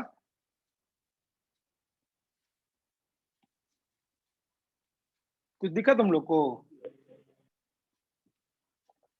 तो बोलो, अगर एक एंड फिक्स है, एक एंड हिंज है, इस केस में जो हम डील कर रहे हैं, तो मूवमेंट कितना जनरेट होगा रे बाबा इस केस में? जल्दी बताओ रे, मूवमेंट कितना आएगा इस केस में? 3EL डेल्टा बाय और सेटलमेंट क्लॉक है, हाँ सेटलमेंट क्लॉक है, तो मूवमेंट होगा एंटी क्लॉक, तो ये मूवमेंट एंटी क्लॉक होगा 3EI delta by L square, और ये मूवमेंट होगा कितना? जीरो। ये मूवमेंट होता है जीरो। सोच पा रहे हो तो सबको ही? बेटा बोलना, तो उसको हॉरिजॉन्टल की तरह अगर मान के ये कर रहे हो। इसको हॉरिजॉन्टल मानो, हाँ क्या फर्क पड़ता है उससे? क्या फर्क पड़ता है उससे? हॉरिजॉन्टल मानो जो भी मानो, स्ट्रक्चर तो ये एक एंड फिक्स की तरह, एक एंड हिंज की तरह बिहेव कर रहा है। हॉरिजॉन्टल बी मानो क्या बी मानो, को क्या मुझे उसमें माना? फर्क पड़ेगा रे बी को बाबा? बी को क्या माना? बी को बी फिक्स, फिक्स बी को फिक्स, देखो फिक्स की तरह माना है। बी फिक्स कहाँ हो रे बाबा? बी भी तुम्हारा फिक्स है, सी भी तुम्हारा फिक्स है। जैसे बी डैश नहीं, बी। बी फिक्स है ना बाबा, बी फिक्स है तब जाके बी डैश फिक्स हुआ ना। बी ही तो आगे बढ़ा है बी डैश को, सी आगे बढ़ा है सी डैश को। यस। अगर फिक्स नहीं मानूंगा तो थीटा भी नहीं आ जाएगा। अच्छा ध्यान दो, इसका मतलब क्या है? देखो, हम मूवमेंट डिस्ट्रीब्यूशन मेथड में हम जब बी और सी का अनलॉकिंग करते हैं, हम मूवमेंट डिस्ट्रीब्यूशन मेथड में जब बी और सी का अनलॉकिंग करते हैं, तो उस केस में अनलॉकिंग के कारण हम क्या करते हैं? नेट मूवमेंट एट बी को जीरो करते हैं, नेट मूवमेंट एट सी को जीरो करते हैं। यहाँ पे कोई कर्वेचर नहीं, तो बी सी में कोई मूवमेंट नहीं, कर्वेचर नहीं तो बी सी में कोई मूवमेंट नहीं। कंफर्टेबल? अच्छा तो देखना, अभी मुझे लॉकिंग मूवमेंट कितना आया देखना थोड़ा सा। मैं यहाँ आ जाता हूँ, थोड़ा फोकस करना।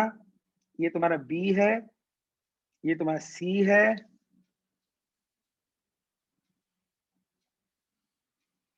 समझो this part is your B, this part is your C.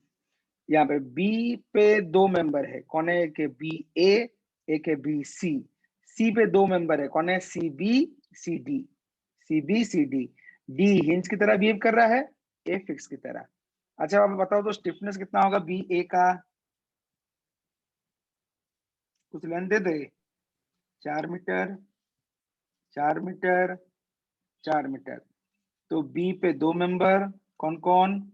B ए एक है, बी सी एक है। बोलो जब बी का अनलॉकिंग होगा सी क्या होगा? सी लॉक होगा। तो स्टिफनेस कितना होगा बी ए का? 4EI। Correct, 4 E I by L है 4। ये कितना हुआ ई आई। बी सी का कितना होगा रे बाबा? 4EI ही होगा, देखते वो भी।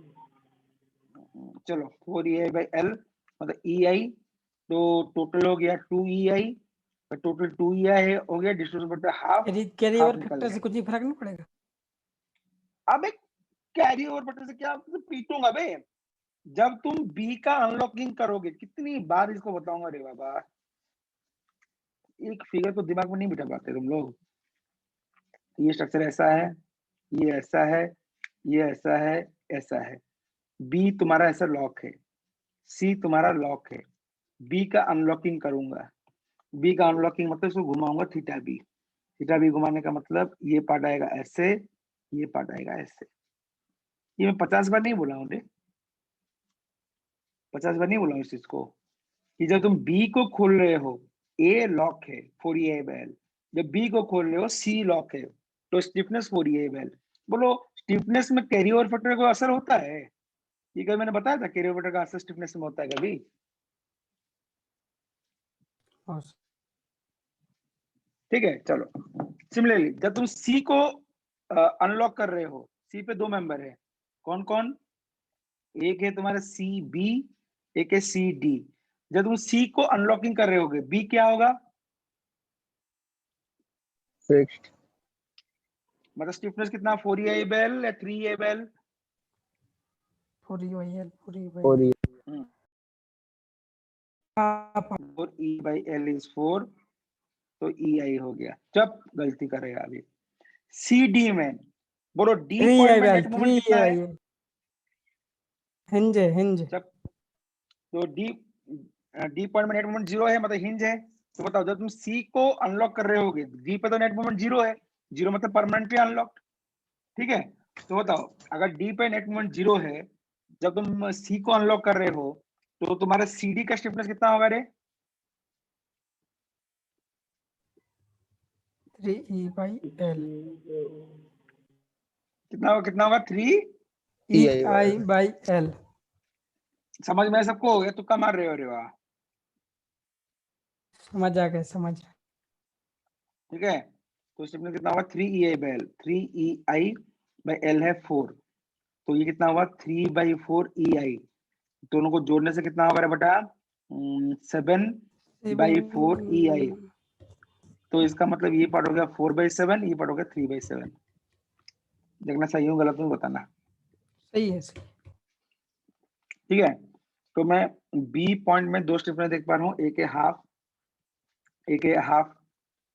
यहाँ पे तुम 2 स्टिफनेस देख पाओगे, एक होगा तुम्हारा 4/7, एक है 4/7, एक है 3/7। पंगा क्या है, जब लोडिंग होता था, लोडिंग के कारण लॉकिंग मूवमेंट नंबर आता था। देखो कहाँ गया, ये रहा लॉकिंग मूवमेंट एक नंबर है। देखो आगे बढ़ते हैं, यहाँ पे देखो लॉकिंग मूवमेंट कहाँ था, लॉकिंग मूवमेंट कहाँ था रे बाबा? यहाँ पे लॉकिंग अनलॉकिंग नहीं किया था। देखो यहाँ पे जब भी लोडिंग आता था, ये लॉकिंग मूवमेंट जो था एक नंबर था, ये नंबर को हमें अनलॉकिंग करना आता है। लेकिन पंगा क्या हो रहा है इसमें लॉकिंग मूवमेंट एक नंबर नहीं है। डेल्टा। यहाँ पे हाँ लॉकिंग मूवमेंट में वेरिएबल्स है, डेल्टा थीटा ये सब वेरिएबल है। तो तुम लॉकिंग मूवमेंट अगर देखोगे, ए बी में लॉकिंग मूवमेंट आया है -6EI delta by L square. B A में आया -6EI delta by L square. ठीक है, बी सी में कितना आया 0, सी बी में कितना आया, 0, को कर्वेचर नहीं तो मूवमेंट नहीं। फिर यहाँ पे कितना आया, -3EI delta by L square. बोलो तो मैं माइनस माइनस क्यों बार बार लिख रहा हूँ? Anti clockwise.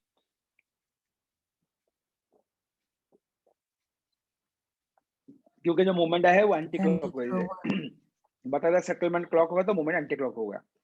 अभी पंगा ये है कि ये सब नंबर नहीं है रे बाबा। ये 6EI delta by L square, L है 4, मान लो 4 square 4 square 4 square, these are not numbers. अब पंगा है कि नंबर नहीं है तो मैं अनलॉकिंग कैसे करूंगा? तो हम लोग क्या करते हैं मोमेंट डिस्ट्रीब्यूशन मेथड में, हम यहाँ पे अनलॉकिंग करने के लिए कुछ भी नंबर एज्यूम कर देते हैं। क्या करते हैं? कुछ भी नंबर एज्यूम कर देते हैं। We assume any number for unlocking. क्यों?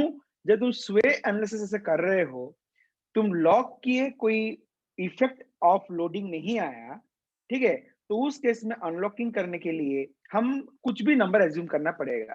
क्योंकि सर मान लीजिए ये स्ट्रक्चर ऐसे होता कि ये तुम्हारा ऐसा, ये तुम्हारा ऐसा, ये आपका जो 30 है 30 होता, और यहाँ पे यूडीएल होता, तो क्या करते हैं इसमें?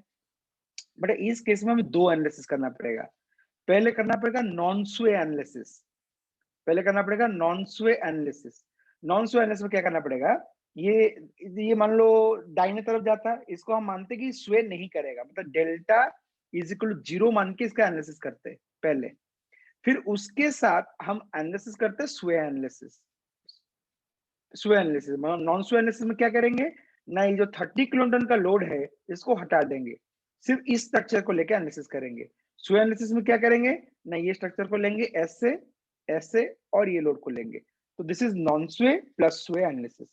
अपने स्ट्रक्चर में क्या है, कोई लोडिंग तो है नहीं, तो लोडिंग नहीं है तो नॉन स्वे एनालिसिस करने की जरूरत नहीं है। कंफर्टेबल? अगर लोडिंग होगा तो लोडिंग के लिए नॉन स्वे एनालिसिस, और जो हॉरिजॉन्टल फोर्स है हॉरिजॉन्टल फोर्स के लिए क्या, स्वे एनालिसिस। समझ में आया कि नहीं है बताओ? Yes sir.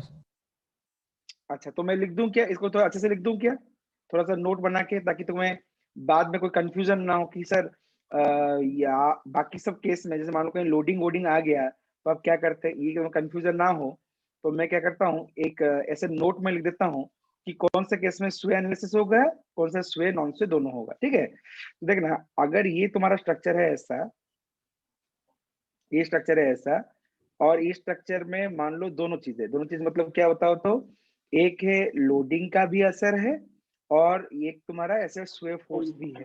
तो मान लो ये पी है, ये W किलोन्यूटन पर मीटर है। ठीक है, तो इसको हम दो टाइप का एनालिसिस दो बार एनालिसिस करेंगे, दो टाइप का तो नहीं। एक है ऐसा एनालिसिस जो हम अभी तक मोमेंट डिस्ट्रीब्यूशन टेबल में करते हैं, और स्ट्रक्चर ऐसा लेंगे, लोडिंग का असर लेंगे W किलोन्यूटन पर मीटर, तो यहाँ पे सब मूवमेंट निकालेंगे जिसको हम कहेंगे नॉन स्वे मूवमेंट। तो इसको एनालिसिस को हम करते हैं नॉन स्वे एनालिसिस। अभी तक जो हम कर रहे थे कहीं पे डेल्टा नहीं था, तो अभी तक जो भी एनालिसिस हो रहा था सब नॉन स्वे एनालिसिस हो रहा था। फिर उसके साथ हम क्या करेंगे अगेन ये स्ट्रक्चर, हाँ, तो जो अभी कर रहे हैं ये इसको फिर से करना पड़ेगा, इसको हम ऐसे लगाना पड़ेगा ये पी को, इसको हम बोलेंगे स्वे एनालिसिस। अपने स्ट्रक्चर में क्या है, क्योंकि सर अपने स्ट्रक्चर में तो कोई लोडिंग है ही नहीं, और क्योंकि लोडिंग नहीं है तो इसलिए अपने स्ट्रक्चर में मैं सिर्फ स्वे एनालिसिस कर रहा हूँ। देखो थोड़ा फील आएगा कुछ? Yes sir. आगे बढ़ जाऊं? Yes sir. लेकिन पंगा क्या है बाबा कि नॉन स्वे एनालिसिस में तो तुम लॉकिंग करोगे तो ये यूडीएल के कारण कुछ लोड आ जाएगा, मतलब कुछ नंबर आएगा। जब तुम नॉन स्वे एनालिसिस में तुम लॉक करोगे कुछ नंबर आएगा, नंबर को तुम अनलॉक कर पाओगे, एमडीएम में वो फैसिलिटी है। लेकिन जब तुम स्वे एनालिसिस करोगे कोई नंबर ही नहीं आ रहा है, नंबर की जगह क्या आ रहा है, डेल्टा वेल्टा सब टर्म आ रहा है। तो इसमें हम क्या करते हैं, कुछ नंबर एज्यूम कर देते हैं, कुछ भी नंबर एज्यूम करने में तुम्हें आंसर आ जाएगा। कैसे? मान लो तुमने ये 6EI डेल्टा बाई 4 स्क्वायर को 10 एज्यूम किया, तो ये मूवमेंट कितना हुआ, -10। ये मूवमेंट कितना हुआ ना, -10। ये वैल्यू कितना हुआ, 0। ये वैल्यू कितना हुआ, 0। अगर 6EI डेल्टा बाई 4 स्क्वायर है 10, तो ये वैल्यू कितना होगा ना, -5। ये वैल्यू कितना है, 0। तो सर आपने 10 एज्यूम किया, मैं 50 एज्यूम करूंगा, कोई 200 एज्यूम करेगा, कोई 1 एज्यूम करेगा, तो सबका अलग अलग आंसर आएगा? नहीं, तुम एज्यूम करना, एंड में आंसर सबका सेम ही आएगा। तुम एज्यूम कर देना तुम एंड में आंसर सबका सेम ही आएगा। कंफर्टेबल? कैसे? तुम ध्यान दो कैसे सेम आएगा, तो ध्यान दो बेटा। इसमें तुम गलती कर सकते हो, गलती किए मैं तुम्हें पीट पीट के मुंह लाल कर दूंगा, समझना। यहाँ पे दो दो जॉइंट है, तो अभी तुम जॉइंट का अनलॉकिंग करोगे, ठीक है। फोकस करना, गलती बिल्कुल नहीं करना है। मैं 10 एज्यूम किया हूं, तुम 20 एज्यूम करो, 30 एज्यूम करो, 40 एज्यूम करो, सबका आंसर सेम आएगा। कैसे मैं बताता हूँ।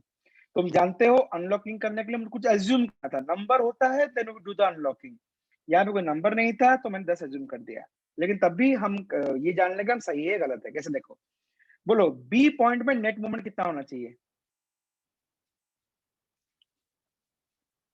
बी पॉइंट में नेट मूवमेंट कितना होना चाहिए? 6CL/del net। Back back back पीटूंगा। MBA प्लस MBC कितना होना चाहिए? 0। 0। वही होना चाहिए 6 डेल्टा। इसको तो लॉक किया रे बाबा। देख तो ये जीरो रहेगा, ये कर्वेचर नहीं है। देख तो BC में कर्वेचर नहीं है, BC देख तो कर्वेचर नहीं है BC में। ये 6 डेल्टा वेव इसको तब है जब हम इसको लॉक मानेंगे, रोटेशन अलाउ नहीं किए हैं। रोटेशन करेंगे तो BC में मूवमेंट आ जाएगा। तो समझो, तो MBA प्लस MBC होना चाहिए था 0। अरे ये सर नो। लेकिन बताओ क्या MBA प्लस MBC, ये है MBA, ये है MBC, क्या MBA प्लस MBC 0 है क्या? मुझे 0 करना है बेटा, पूरा फोकस, गलती बिल्कुल नहीं करना है, मुझे 0 करना है। तो बोलो कितना मोमेंट लगाने से MBA प्लस MBC 0 हो जाएगा?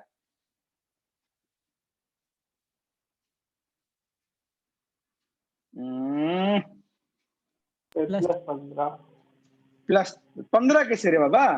BA है -10, BC है 0, मुझे इन दो को मिला के 0 करना था, तो कितना लगाऊंगा? +10। हाँ +10। अच्छा +10 तुम जॉइंट में जब +10 लगाओगे क्या 2 मेंबर में बटेगा? Yes sir, half half.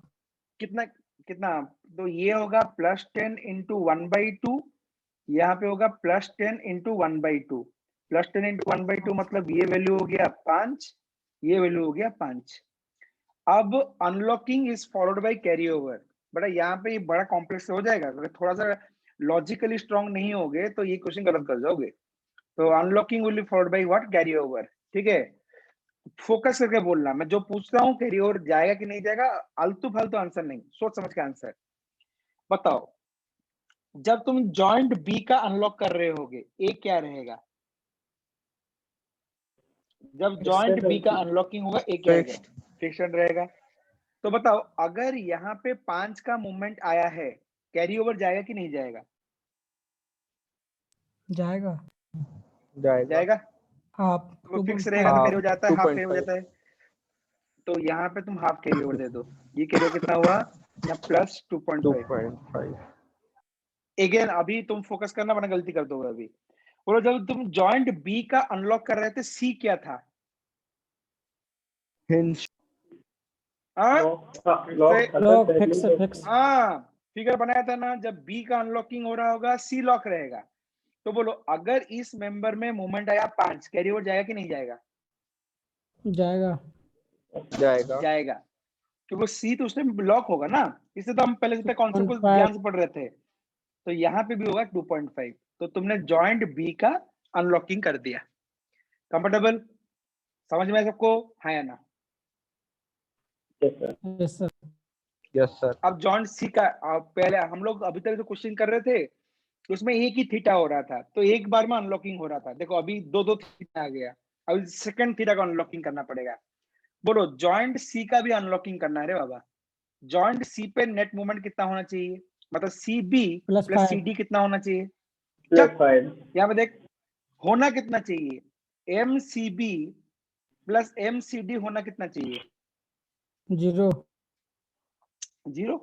MCB plus MCD must be 0। लेकिन अपना MCB प्लस MCD, ये है MCB, ये है MCD। अपना MCB प्लस MCD कितना है? -5। कितना करना है? +5। कितना करना है? 0। ये क्या किया है पता नहीं, पर रख लिया है बीटेक में। ठीक है, ऐसा कोई कॉन्सेप्ट नहीं बनाया, रख लिया है। -5 है तो +5 कर दूंगा, -10 है तो +10 कर दूंगा। जब मूवमेंट आ जाएगा 30 का, उसका दिमाग घूम जाएगा। ठीक है, तो ध्यान से आंसर देना है। -5 है, करना क्या है? इक्विलिब्रियम के लिए 0 तो क्या लगाने से 0 हो जाएगा? +5 अनलॉकिंग मोमेंट कितना? +5। जब तुम +5 जॉइंट में लगाओगे क्या 2 मेंबर में बटेगा? Sir half half yes or no? बटेगा सर। सर 3/7 और फिर से 4/7 रुक ना रे बाबा, एक तो हाफ हाफ बोल के गलत बोल दिया, फिर रेक्टिफाई कर रहा है बट अभी गेट में सेकंड चांस नहीं मिलता, हमेशा सोच समझ कर आंसर देना होता है, ठीक है? किस रेशियो में बटेगा? 4/7 3/7 ऑप्शन चेंज इन द नहीं होती रेशियो कितना of distribution factor, in the ratio of distribution factor, ठीक है? तो ये कितना होगा?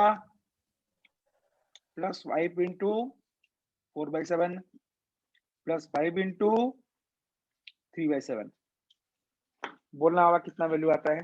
20/7 कितना होता है?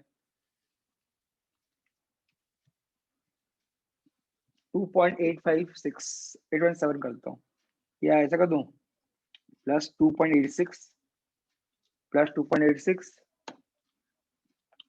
और ये क्या 15/7 2.142 2.142 2.14 कर देता हूँ, चलेगा सबको? फोकस। जब तुम जॉइंट सी का अनलॉकिंग कर रहे होगे, जब तुम जॉइंट सी का अनलॉकिंग कर रहे होगे, डी क्या होगा? हिंज हिंज मतलब लॉक नहीं हुआ, ठीक है? तो बोलो अगर इस मेंबर में 2.14 आया, कुछ कैरी ओवर जाएगा कि नहीं जाएगा? 0 नहीं जाएगा।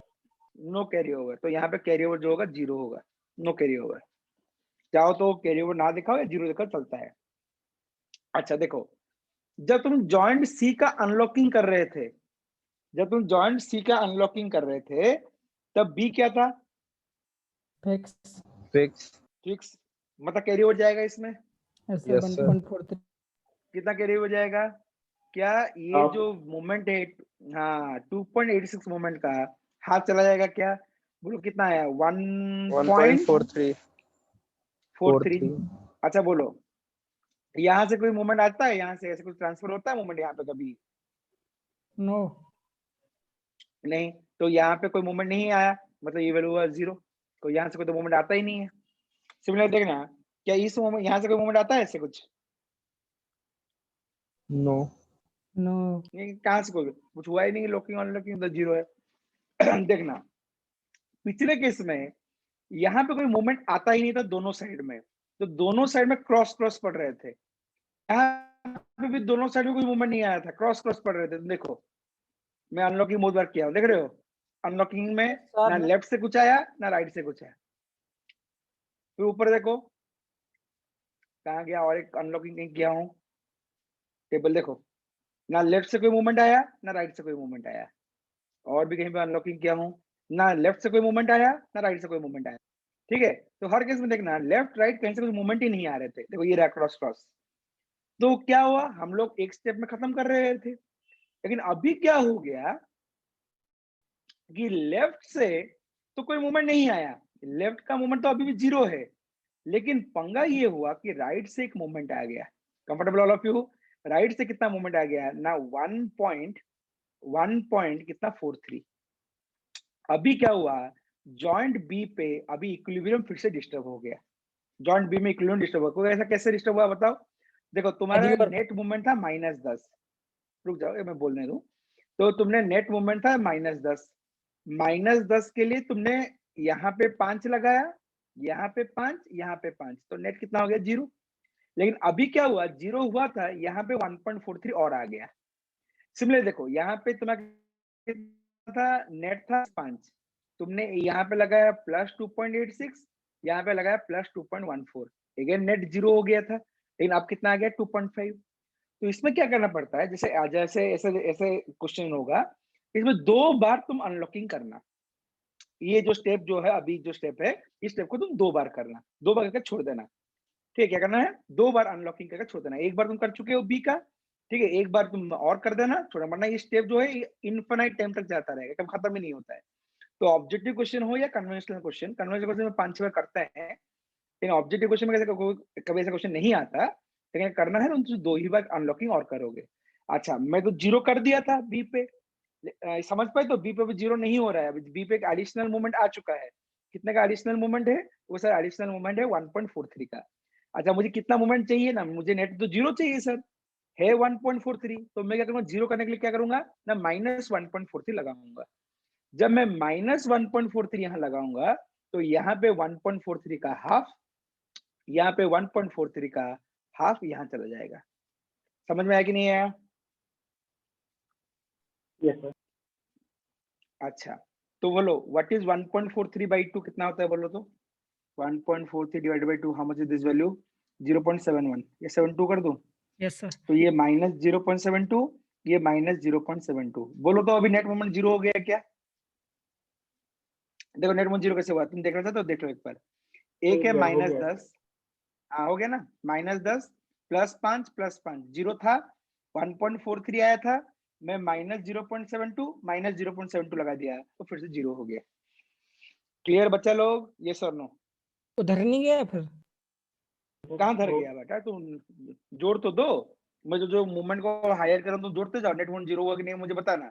एक है -10, ठीक है, दूसरा है +5, तीसरा है +5, चौथा है +1.43, फिर ये वाला है -0.72 और एक है -0.72, सब जोड़ दो कितना आ रहा है मुझे बताओ। 0। आएगा, अब जो हमारा काम ही वही था, सिर्फ जीरो करना था। ठीक है, आर्टिस्टिक वे में हम उधर जीरो कर रहे हैं। उधर क्या नहीं बोलो क्या बोलो इसे क्या सी बोले के क्या बोले? जाएगा नहीं? हाँ अब अभी तो मैं Carryover। अनलॉकिंग किया हूँ, मैं कैरी ओवर बोला हूँ कि कैरी ओवर खत्म हो गया, कैरी ओवर करूंगा ना अभी। अच्छा जब तुम अनलॉकिंग करो कैरी ओवर हो गई होगा, अनलॉकिंग के बाद कैरी ओवर करना ही होता है। अब देखो जब तुम ए को अनलॉक कर रहे थे, सॉरी बी को अनलॉक कर रहे थे, ए तो लॉक था तो कैरी ओवर हो जाएगा, तो यहाँ पे कितना होगा -0.36, ये तो कोई बड़ी बात नहीं है। अब बोलो क्या सी पे कैरी ओवर जाएगा कि नहीं जाएगा, ये कैरी ओवर जाएगा कि नहीं जाएगा? जाएगा जाएगा, क्यों जाएगा बताओ तो? फिक्स है, सी फिक्स है। हाँ जब भी बी का अनलॉकिंग हो रहा होगा सी फिक्स रहेगा, तो यहाँ पे कितना जाएगा -0.36। Comfortable all of you? समझ में आया? आया ना? सर देखो खत्म नहीं हुआ, खत्म नहीं हुआ। अभी अब तो और कहाँ पे चलेगा। अनलॉकिंग करना है? हाँ सी पे करना है, ये प्रोसेस इनफिनिट है बाबा, ये बस करते रहो। फिर हम दो स्टेप करके छोड़ देंगे, दो स्टेप में अप्रोक्सीमेट आंसर आ जाता है। ठीक है, तो ये कितना है 2.5, अब इसको अनलॉकिंग करना है, मैं डायरेक्टली -2.5 कर दूं इसको, तो यस ये सर। -2.5 इंटू 4/7 और ये कितना -2.5 3/7। और तुम जो जो मूवमेंट है सब जोड़ देना, नेट मूवमेंट ऑटोमेटिक जीरो हो गया होगा। हो गया। तो हाउ मच इज 2.5 इंटू 4/7 रहे? 1.43 कर दूं? -1.428 आ रहा है, 1.43 कर देता हूँ, और एक आएगा 2.5 इंटू 3/7, ये वैल्यू कितना आ रहा है 1.071, 1.07 कर देता हूँ। चलेगा बाबा? चलेगा चलेगा। चलेगा? अच्छा बोलो क्या ये 1.07 के कारण कुछ कैरी ओवर जाएगा क्या? 0। नहीं कैरी जाएगा। ओवर कुछ नहीं जाएगा। हिंज हिंज ये हिंज 1.43 का कैरी ओवर जाएगा कि नहीं जाएगा? जाएगा। जाएगा। 0.7। क्यों जाएगा यार, Fixed वैल्यू है। छोड़ दो, क्यों जाए? हाँ जब सी का अनलॉकिंग है। होगा बी फिक्स होगा, तो ये कितना होगा सेवन -0.72 कर दूं? 715 0.72 कर रहा हूँ। तो देखो ये हो गया तुम्हारा, एक बार तुमने फिर से क्या कर दिया, बी का अनलॉकिंग कर दिया। कंफर्टेबल? समझ में आया सबको? लेकिन बेटा देखो कभी भी कैरी ओवर करके, कभी भी कैरी ओवर करके अपने इटरेशन को खत्म मत करना। जैसे ये कैरी ओवर करके तुम इस स्टेप में कभी कभी खत्म मत करना, हमेशा इसको क्या कर देना, अनलॉक कर देना, एक स्टेप और अनलॉक करके खत्म कर देना। Never and your iteration at this step, मतलब तुम्हें एक बार फिर से अनलॉकिंग कर देना पड़ेगा।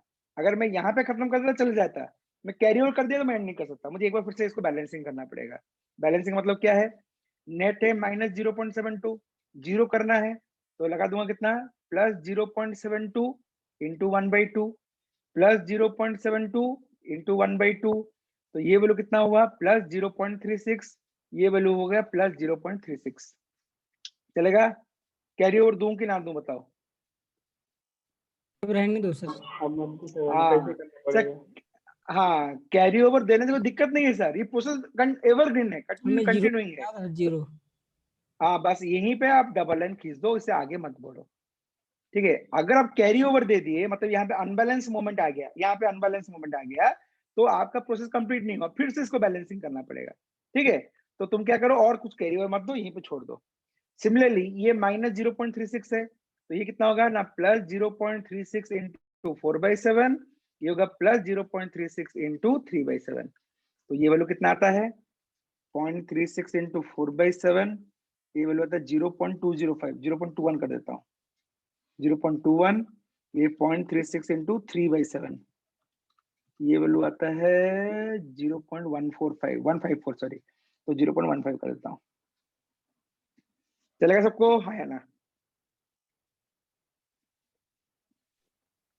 Yes sir.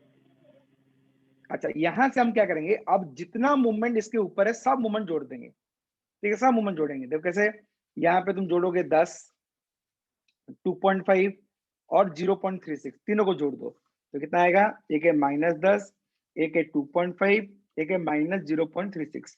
तो ये वैल्यू कितना आ रहा है, मेरे को दिख रहा है ये वैल्यू -7.86, ये वैल्यू दिख रहा है -7.86। सिमिलरली यहाँ पे कितना होगा, दिस इज -10, दिस इज 5, -10 5, ये -0.72 और ये 0.36, ये चारों वैल्यू को जोड़ना, -10, ये 5, -0.72 प्लस 0.36, 5.36, तो दिस इज -5.36। तो ये पार्ट +5.36 आया होगा, चेक कर दो एक बार आ रहा है क्या।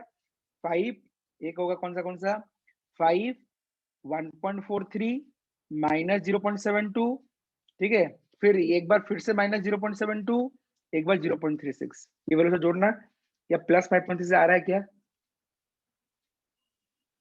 5, 1.43, 5.35 वो आ रहा समथिंग। 36 आएगा लगभग। तो एक बार इसका लेफ्ट को जोड़ना, लेफ्ट में कौन कौन रहा, एक हो गया 2.86, एक हो गया 2.5, एक हो गया 1.43, एक है 0.36, एक है 0.21, सब जोड़ दो।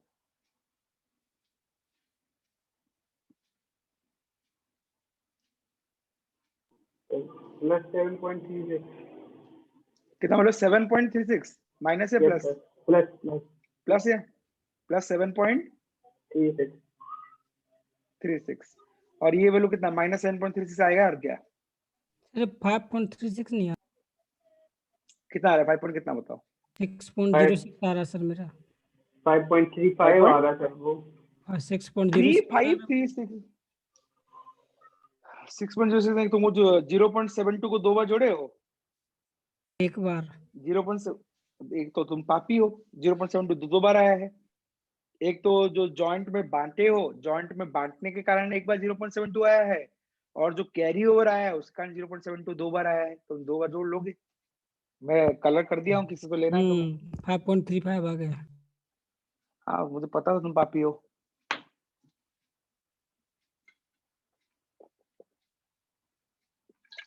ये 3.78 आ रहा है। कौन सा 3.78 बाबा, 7.36 आ रहा। मतलब राइट हैंड साइड में -5 को नहीं जोड़े होगे तुम, नो सर, दोनों गलत बोल रहे हो मेरा। यस सर, 3.78 है कि नहीं, तुम लोग पापी हो बे, मैं खुद कैसे यूज करूंगा, तुमसे भरोसा नहीं करूंगा, कुछ झूठ भी आंसर दे। बोलो फिर से, बोलो ठीक से बोलो, कितना लेफ्ट हैंड से बोलो, प्लस या माइनस, प्लस कितना बोलो, +3.78, और ये -3.78, तो फिर बोलो सही है तो मैं आगे बढ़ूंगा, लेट हो रहा है मेरा। सही है सर, वो तो हम कर लेंगे। अच्छा, नहीं नहीं नहीं, मैं लिख रहा हूँ, और मैं लिखूं और गलत हो जाए, इज्जत नहीं करे बाबा, लोग हंसेंगे। 4 जनों के बीच रहेगी सर बात। नहीं नहीं नहीं नहीं, एक जन के अंदर मेरे से दूसरे तक बात भी जाए तो मैं सही इन्फॉर्मेशन दूंगा, समझ रहे हो, कितने जन की तरफ जाता है वो इम्पोर्टेंट नहीं, क्या मैं बोल रहा हूँ इम्पोर्टेंट है, समझ रहे हो। मेरे को बताओ, तुमने ये जबरदस्त लॉकिंग अनलॉकिंग किया, मतलब ये स्ट्रक्चर को पहले लॉक किए, लॉक करके फिर अनलॉक किए, लॉक करके तुमने फिर अनलॉकिंग किया, अनलॉकिंग का स्ट्रक्चर ऐसे दिखा, तुमने मूवमेंट को ये निकाल दिया, 7.86, 5.36, 3.780, ये मूवमेंट निकाला। बोलो क्या ये मूवमेंट सही है गलत है, जो तुमने निकाली हुई मूवमेंट पीलोड सही था है गलत है, उसका कुछ हुआ ही नहीं। हाँ, अब बच्चे ने सही पकड़ा कि सर एक चीज बताइए, आपने पी लोड को तो देखा ही नहीं। सर 10 लगा के कर दिया आपने क्वेश्चन। हाँ, अच्छा वो भी कोई पकड़ेगा कि आपने 10 लगा कर दिया, मैं 20 लगा करता तो, कोई 100 लगा करता तो पंगा ये है कि तुम लोग जो पकड़े हो पूरा परफेक्ट पकड़े हो क्या, कि सर आपने पी लोड को देखा ही नहीं है। अच्छा देख, इसका मतलब क्या है, अब तुम गेम को पूरा पकड़ लोगे। स्टेप 2 देखो, अब मैं क्या करता हूँ। अब मैं देखूंगा कि पी लोड का को मैंने कंसिडर किया था कि नहीं किया था। देखो, एक चीज तो पक्का है, एक चीज तो पक्का है कि इस पी के करस्पॉन्डिंग जो डेल्टा आएगा, इस पी के करस्पॉन्डिंग जो थीटा आएगा, वो यूनिक पेयर है। अब वो मैंने क्या किया है मैं अब तुम बताता हूँ। मैंने मूवमेंट को सब निकाल दिया। ये मूवमेंट आया एंटी क्लॉकवाइज, कितना 7.86। ये मूवमेंट आया एंटी क्लॉकवाइज, कितना रे बाबा 5.36। ये मूवमेंट आया क्लॉकवाइज, कितना रे बाबा ना 5.36। ये मूवमेंट आया क्लॉकवाइज, कितना रे बाबा 3.78। ये मूवमेंट आया एंटी क्लॉकवाइज, कितना रे बाबा ना 3.78। ये मूवमेंट कितना है रे बाबा, ये हुआ 0। अब मैं क्या करता हूं, देखो, अब मैं इसको एच ए मान लेता हूं। नहीं, एच ऐसे नहीं मान सकता, मैं अपना स्टाइल लिखने का। कोनी को घुमाना है एंटी क्लॉकवाइज सेंस में। याद आ रहा है, ट्रिक बताया था शेयर क्वेश्चन लिखने का। कोनी को घुमाओ एंटी क्लॉकवाइज सेंस में। यस सर, कोनी को एंटी क्लॉकवाइज घुमाओ तो ये होगा एच ए, ये होगा एच डी। अब तुम क्या करो, ये एच ए एच डी को निकाल के तुम ये फोर्स को निकाल दो, ये फोर्स को निकाल दो एस, इसको कहेंगे स्वे फोर्स। ठीक है, तुम क्या करो, एच ए एच डी को निकाल के करस्पॉन्डिंगली तुम स्वे फोर्स निकाल दो। अगर ये स्वे फोर्स किसके बराबर आया, अगर ये स्वे फोर्स 30 के बराबर आया, इसका मतलब तुम जो कैलकुलेट किए वो सही है, तुमने जो भी मूवमेंट लगाया है वो सही है। क्योंकि ऐसा नहीं आया तो देखो बेटा, तुम जानते हो कि जो स्वे फोर्स होता है एच ए एच डी जो होगा, तुम जो sway force H A H D लिखते हो, these are function of what ना मूवमेंट। ये सब मूवमेंट का फंक्शन होता है। कौन सा मूवमेंट ना, एक कॉलम का मूवमेंट का फंक्शन होते हैं। ठीक है, बताया था ना एच एन एच डी कैसे कॉलम का मूवमेंट का फंक्शन होता है। तो सिंपल सा लॉजिक है, मैं से बोलूंगा, कैसे बोलूंगा कि मान लो तुम जो, पहले निकाल दें स्वे फोर्स, निकाल दे कितना है स्वे फोर्स। यहाँ तक तो हमने एनालिसिस कर दिया स्टेप 1 में, यस सर, यस स्वे सर। मूवमेंट निकाल दिया। अब हम स्टेप 2 में आते हैं, क्योंकि मैं ज्यादा बोल दूंगा तो मेरे को समझ में आएगा, तुमको समझ में नहीं आएगा। अब तुमने जो बात किया था उस बात पे आते हैं। तो मैं स्वे फोर्स निकालता हूँ। कैसे स्वे फोर्स निकालूंगा, मैं शेयर इक्वेशन लिख दूंगा। स्वे फोर्स के लिए क्या लिख दूंगा ना, शेयर इक्वेशन। शेयर इक्वेशन क्या होगा इस केस में ना, H A plus H D plus S is equal to 0। Comfortable. और एच ए कितना होगा, मैं तुम्हें टेक्निक बता चुका हूं, ये होगा M A B plus M B A by 4। H D कितना होगा, ये है ए, ये है बी, ये है सी, ये है डी। ठीक है, एच डी कितना होगा ना, M C D plus M D C by 4 plus way force is equal to 0। मतलब शेयर इक्वेशन लिखने में किसी को दिक्कत है क्या? No sir. अच्छा, अगर नहीं है तो अब तुम आ जाओ। इसका मतलब ए बी कितना है एंटी क्लॉकवाइज, तो -7.86। बी कितना है एंटी क्लॉकवाइज, -5.36 बाई 4। एम सी डी कितना है रे बाबा ना, सी डी भी एंटी क्लॉकवाइज है, -3.78। डी सी कितना है ना, 0 बाई 4 plus wave force S is equal to 0। somebody will solve this and give me the sway force. How much is sway force?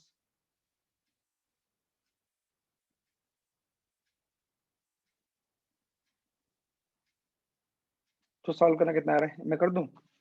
बहुत टाइम लेते हो तुम लोग, कहां से कंफ्यूज करते हो। 7.86, 5.36 और एक है 3.78, तीनों तो सब कुछ बेस में है, डिवाइड बाय 4, 4.25।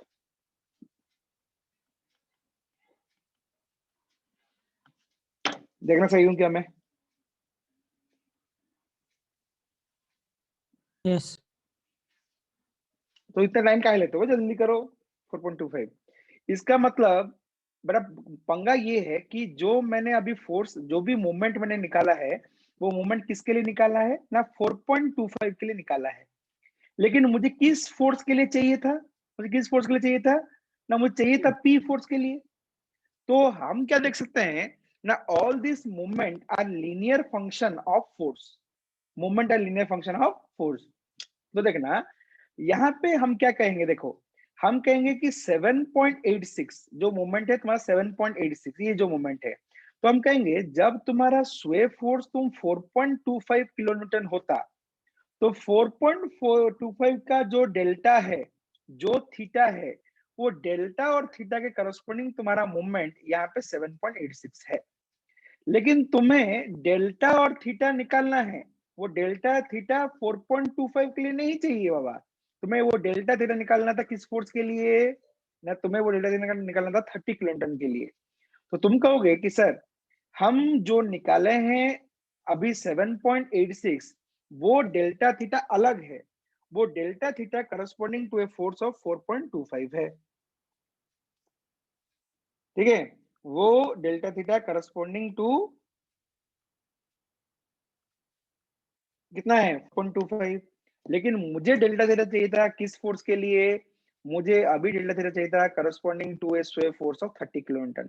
तो मैं क्या करूंगा, मुझे 30 किलोन्यूटन के लिए डेल्टा थीटा चाहिए, तो उसका जो डेल्टा थीटा होगा, डेल्टा थीटा का करस्पॉन्डिंग मोमेंट होगा। तो देखो मैं ऐसे बोलूंगा कि 4.25 किलोन्यूटन स्वे फोर्स के लिए हमने मोमेंट 7.86 निकाला, इस स्वे फोर्स के लिए हमने मोमेंट 7.86 निकाला, लेकिन मुझे पी फोर्स के लिए चाहिए था जो कितना 30 किलोन्यूटन है, तो ये मोमेंट कितना होता ना 7.86 by S which is equal to 4.25 into P which is equal to 30 kilonewton. ये जो P बाई एस जो तुम देख रहे हो, ऊपर P आया नीचे S आया, और उसको बोलते हैं स्वे करेक्शन फैक्टर। क्या बोलते हैं उसको, स्वे करेक्शन फैक्टर। ये करेक्शन फैक्टर मुझे क्यों लगाना पड़ रहा है, क्योंकि तुमने मोमेंट को निकालने के लिए तुमने आर्बिटरी स्वे मोमेंट एज्यूम किया है, तो मोमेंट को निकालने के लिए आर्बिटरी स्वे मोमेंट एज्यूम किया है। तो ये आर्बिटरी स्वे मोमेंट कुछ भी हो सकता है, तो क्योंकि आर्बिटरी स्वे मोमेंट है, तो इस आर्बिटरी स्वे मोमेंट से हमने स्वे फोर्स को निकाल दिया। कंफर्टेबल। लेकिन हम जानते हैं स्वे फोर्स जो है करस्पॉन्डिंग टू स्वे force delta and theta unique होता है। तो अगर तुम्हारा स्वे फोर्स एस है तो उसका डेल्टा अलग होगा, थीटा अलग होगा, मोमेंट भी अलग होगा। इसका मतलब अगर तुम स्वे फोर्स एस के लिए मोमेंट निकाल दो, जैसे तुमने यहाँ पे निकाला है, तो स्वे फोर्स पी के लिए तुम्हें क्या करना पड़ेगा, सिंपल लीनियर मैथ्स करना पड़ेगा। मतलब क्या, एस के लिए मोमेंट है एम, तो पी के लिए कितना होगा ना M by S into P. तो ये पी बाई एस को हम कहते हैं स्वे करेक्शन फैक्टर। क्या बोलते हैं उसको, स्वे करेक्शन फैक्टर। तो अभी हम क्या करेंगे ना, स्वे करेक्शन फैक्टर निकाल देंगे। एक बार स्वे करेक्शन फैक्टर निकल गया, हम करेक्ट स्वे मूवमेंट, या तुम बोल सकते हो ना sway movement corresponding to P is equal to 30 kilometre निकाल देंगे। Sway movement corresponding to P equal 30 kilometre निकाल देंगे। समझ में आया कि नहीं आया बोलो, वरना फिर से समझाऊंगा।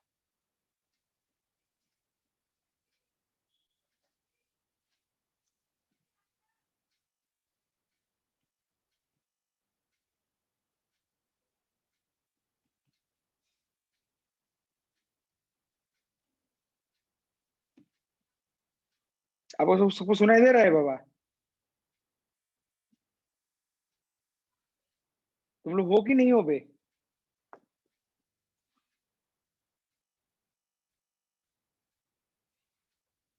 सर तो देखो कहीं पे डाउट है तो बोलो।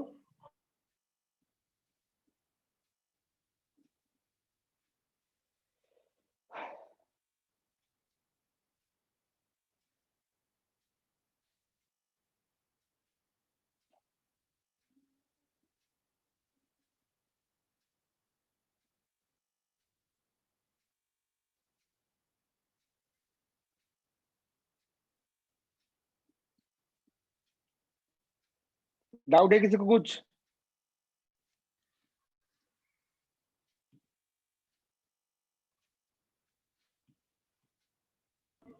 यस सर आई। बोलो, कोई डाउट है?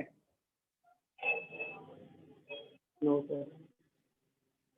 अच्छा, अगर डाउट नहीं है तो मैं क्या करता हूँ, देखो कैलकुलेशन ऑफ स्वे करेक्शन फैक्टर। स्वे करेक्शन फैक्टर, क्या तुम्हारा स्वे करेक्शन फैक्टर कितना आया, मैं निकालूंगा करेक्शन फैक्टर कितना आया, इसको रटने की जरूरत नहीं है, सिंपल यूनिटरी मेथड है। सर हमने मोमेंट निकाला था एस फोर्स के लिए, हमने मोमेंट निकाला एस फोर्स के लिए, हमें मोमेंट किस फोर्स के लिए चाहिए ना, हमें मोमेंट पी फोर्स के लिए चाहिए। तो उसका करेक्शन फैक्टर कितना होगा ना, पी बाई एस। पी कितना रे बाबा, पी कितना रे बाबा, P is 30 kilo newton, P is 30 kilo newton, so it is 30 kilo newton by S. S कितना रे बाबा, how much is the sway force, हमने 4.25 के लिए निकाला था, 30 के लिए चाहिए था, हमने जो निकाला है 4.25 के लिए है। तो स्वे करेक्शन फैक्टर कितना हो जाएगा ना, 30 इंटू 4.25, ठीक है। तो सॉरी 30 डिवाइड बाई 4.25, तो ये वैल्यू कितना आ रहा है ना, ये वैल्यू है 7.05। एक बार ये 7.05 आ गया, अब मैं निकालूंगा स्टेप 4 में करेक्ट फाइनल मोमेंट। मैं कहूंगा corrected final member end moments, corrected final member end moment. Simple सी बात है, अरिथमेटिक की बात है।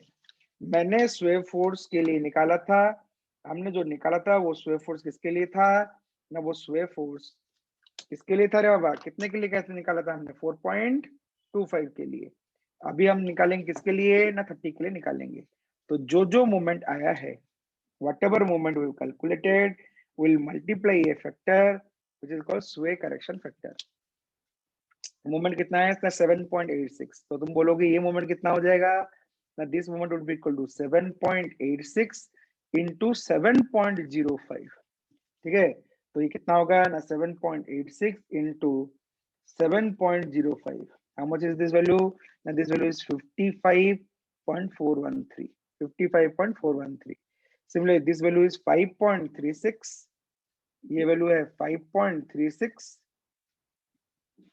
into 7.05, 5.36 into 7.05, how much is this value now, this value is 37.78। ये अगर एंटी क्लॉकवाइज है तो एक क्लॉक होगा कितना, 37.78। सिमिलरली ये वैल्यू कितना आया था 3.78, ये 3.78 क्लॉक, ये 3.78 एंटी क्लॉक, तो ये वैल्यू कितना होगा 3.78 into 7.05। how much is the value, 3.78 into 7.05, this value is 26.649। तो फाइनल हमने एनालिसिस कर दिया और फाइनल मोमेंट निकाल लिया। Any doubt in any part, you can ask me now.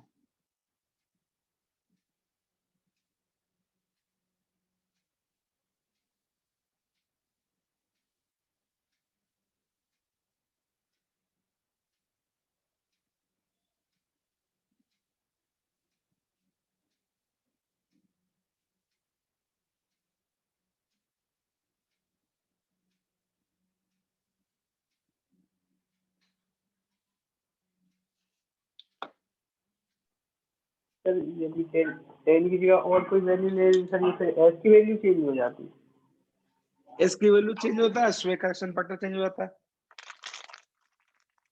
S का वैल्यू अलग आता सर है, आंसर जो अलग अलग अलग है ना सर, दो लोगों ने पेपर दिया था अलग अलग है।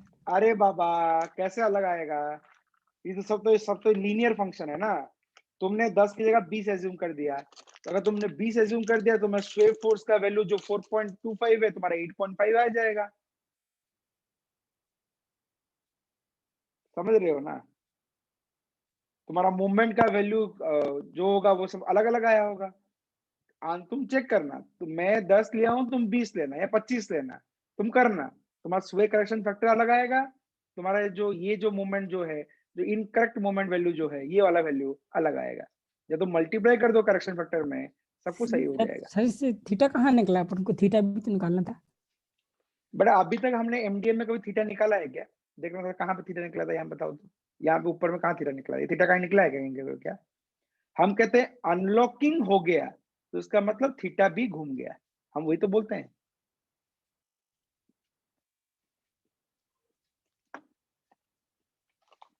जो अपन पेयर बना रहा थी यूनिक सर, ये थोड़ा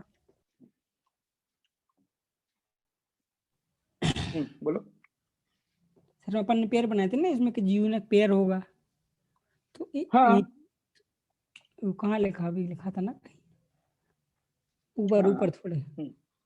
हाँ हाँ हाँ सर अपन ने ये और थीटा का था, जैसे अपन ने पी और अपन ने इससे पी निकाल लिया, मतलब पी अपन को पता था तो अपन ने मोमेंट निकाल लिया,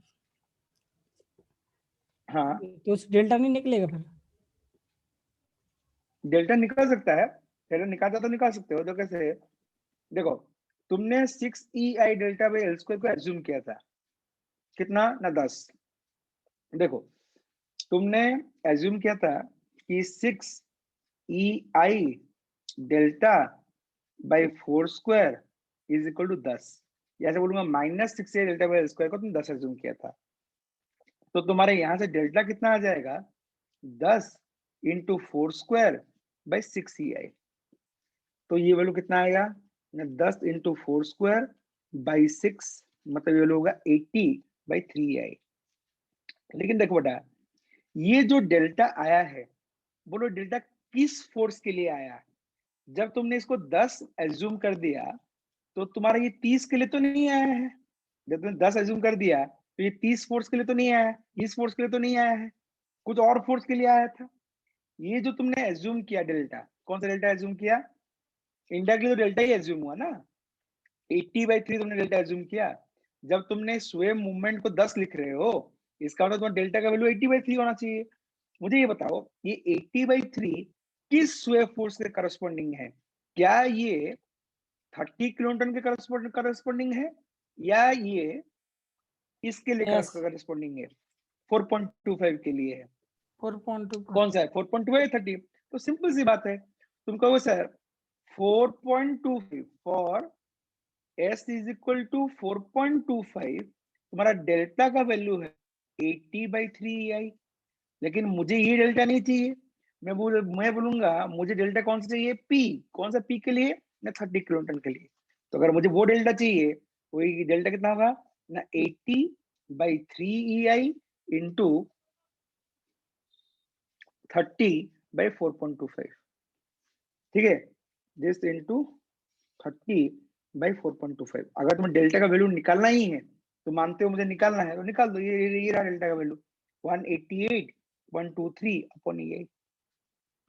तुम ये डेल्टा एज्यूम नहीं किए थे, तुमने ये एज्यूम किया था। क्योंकि तुमने ये एज्यूम किया था, इसलिए तुम्हारा फिक्स्ड एंड मोमेंट जो था वो 10 था।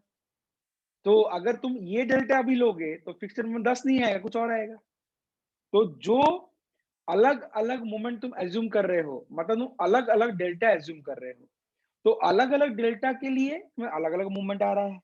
लेकिन तुम्हें चाहिए movement corresponding to this delta, which delta ना 188.23/EI के लिए कितना मूवमेंट होगा, तुम्हें वो चाहिए था। तुम उसको इनडायरेक्टली निकाल ले। तुमने क्या किया, तुमने निकाल दिया स्वे फोर्स इक्वल टू 4.25। तुमने वो डेल्टा वेल्टा नहीं देखा, तुमने कहा कि जो भी डेल्टा में निकाला हूं, जो भी थीटा में निकाला हूं, सब 4.25 के लिए है। लेकिन मुझे जो भी डेल्टा चाहिए था, जो भी थीटा चाहिए था, जो भी मूवमेंट चाहिए था, जो भी डेल्टा, जो भी थीटा, जो भी मूवमेंट, वो किसके लिए चाहिए था ना, मुझे उसके 30 के लिए चाहिए था। तो अगर सिर्फ तुम्हें मूवमेंट निकालना टारगेट है, तो ये मूवमेंट तो प्रेजेंट है। 4.25 के लिए कितना मूवमेंट, वो प्रेजेंट है। तुम ये निकाले हो 4.25 के लिए, 30 के लिए तुमने स्लो करेक्शन फैक्टर यूज कर दिया। अगर तुम कहो मुझे डेल्टा का वैल्यू चाहिए सर, मुझे डेल्टा का वैल्यू चाहिए, ये लो डेल्टा का वैल्यू। तुमने एज्यूम किया था कि 6EI delta by square equal to 10, मतलब डेल्टा का वैल्यू था 8.3, 80/3। लेकिन 80/3 किस स्वे फोर्स के लिए है ना, 4.25 के लिए। तुम्हें डेल्टा किसके लिए चाहिए था, 30 के लिए चाहिए था। तुम वहां पे लीनियर इंटरपोलेशन कर दो, खत्म हो जाए काम।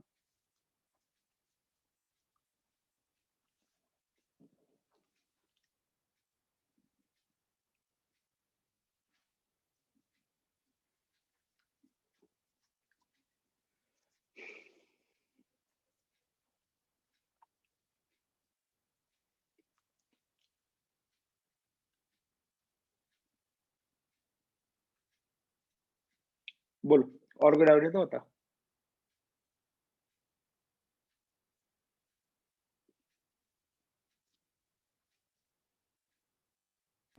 सर बोलो। सर यदि सर ए बी के बीच में कोई फोर्स लग रहा होता तो सर फिर वहां से भी स्वे होता क्या? हाँ हाँ हाँ, अगर ए बी में कोई फोर्स लगता है, जैसे मान लो कोई कहता है कि सर ए बी में यहाँ पे ऐसे फोर्स लग रहा है 30 किलोन्यूटन का, बड़ा इस केस में 2 बार एनालिसिस करना पड़ता है, इसे 2 बार एनालिसिस करना पड़ता है, क्योंकि मेंबर में मूवमेंट आ गया, मेंबर में मूवमेंट आ गया मतलब इसमें नॉन स्वे एनालिसिस में करना पड़ेगा, फिर स्वे एनालिसिस करना पड़ेगा। अगर कोई बोलेगा स्वे एनालिसिस के लिए तो ये फोर्स चाहिए, बड़ा इसको बोलते हैं स्वे फोर्स, इसको बोलते हैं क्या, स्वे फोर्स। वो स्वे फोर्स को तुम निकाल सकते हो, कैसे निकाल सकते हो ना, तो स्वे force would be equal to H A plus H B. तुम यहाँ से एच ए निकाल दो, यहाँ से एच ए निकाल दो और यहाँ से एच बी निकाल दो, ठीक है, यहाँ से एच ए एच बी निकाल दो और एच ए एच बी जो आएगा वही स्वे फोर्स होता है। क्योंकि इतना कॉम्प्लेक्स हो जाएगा, मैं अगर सिर्फ बोलूंगा हिस्ट्री का तो समझ में नहीं आएगा, इसलिए वो केस में डिस्कस नहीं किया। जब तुम्हारा लोड मेंबर में लग रहा हो उसको इस पर समझाना पड़ेगा, पूरा बैकग्राउंड बताना पड़ेगा। मैं तुम्हें सिर्फ इतना बताया जितना गेट के लिए चाहिए होता है, कंफर्टेबल, पर इसलिए तुम्हारा डाउट जो भी आ रहा है इसलिए आ रहा है कि मैं गेट के लिए बताया, मैं ऊपर डिटेल खोल के बताता पूरा एकदम, तो मैं 1% भी डाउट नहीं आता। लेकिन उसके लिए मुझे समझ ये स्वे समझाने के लिए 2.5 आवर लगता है क्लास में, 2.5 आवर को मैं आधा घंटे में समझा रहा हूँ, तो समझ सकते हो मैं कितना कॉम्प्रोमाइज करके समझा रहा हूँ। तो लेकिन वही गेट के लिए इतना ही चाहिए, उससे ज्यादा मुझे पढ़ाने की कोई जरूरत नहीं है, और ऑनलाइन मीडियम में कुछ समझ में नहीं आएगा। तो मैं बस उतना बताया जितना तुम चाहिए, तुम जो पूछ रहे हो उसके लिए थोड़ा सा और डिटेल में जाना पड़ेगा, छोड़ दो अभी, जितना समझाया तुम उसको समझ लो, ठीक है।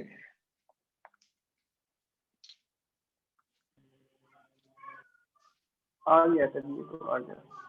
हाँ बस वो वही देखो कि मैं कैसे, मैं चीजों को, वेरिएबल के टर्म को कैसे मैंने डील किया, तुम उस पार्ट को ध्यान दो, क्योंकि अगर तुम्हें गेट में कॉन्सेप्ट बनाना है तो इसी में काम हो जाएगा।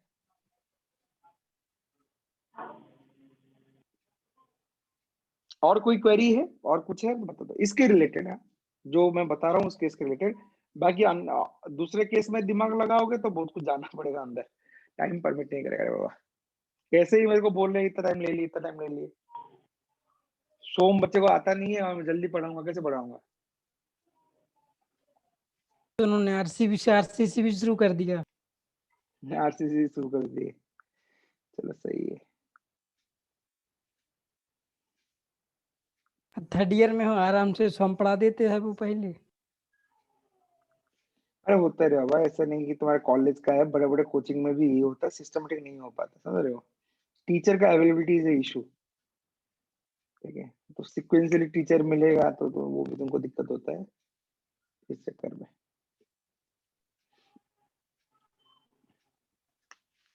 ठीक है चलो, तो इसका मतलब अगर कोई डाउट नहीं है तो इस दिस टॉपिक इज ओवर। तो चैप्टर नंबर 6 था ये, moment distribution method. Chapter 7 10 minute है, लेकिन 10 मिनट में मैं छोड़ूंगा नहीं, उसे थोड़ा कवर कर देता हूँ। फोर्स मेथड थोड़ा सा टॉपिक है, चैप्टर 7। एक काम कर सकते हैं, कल सुबह तुम लोग फ्री हो? कल क्लास सुबह सर 8 से 10। कितने बजे है सर? 10 की बात करी, 8 से 10 वही। की बात है। नहीं बाद 8 से 10 तो नहीं हो पाएगा, मतलब 10 के बाद तो नहीं हो पाएगा। अच्छा कल मैं ज्यादा कल ही खत्म कर देता, कल अगर तो टाइम मिल जाता तो। कल फिर 6 से 8 लगा लीजिए ना सुबह 6 से 8। यस सर सही शाम। 6 से 8 को उठ पाओगे तुम लोग? सर हम लोग डेली उठ जाते 6 बजे।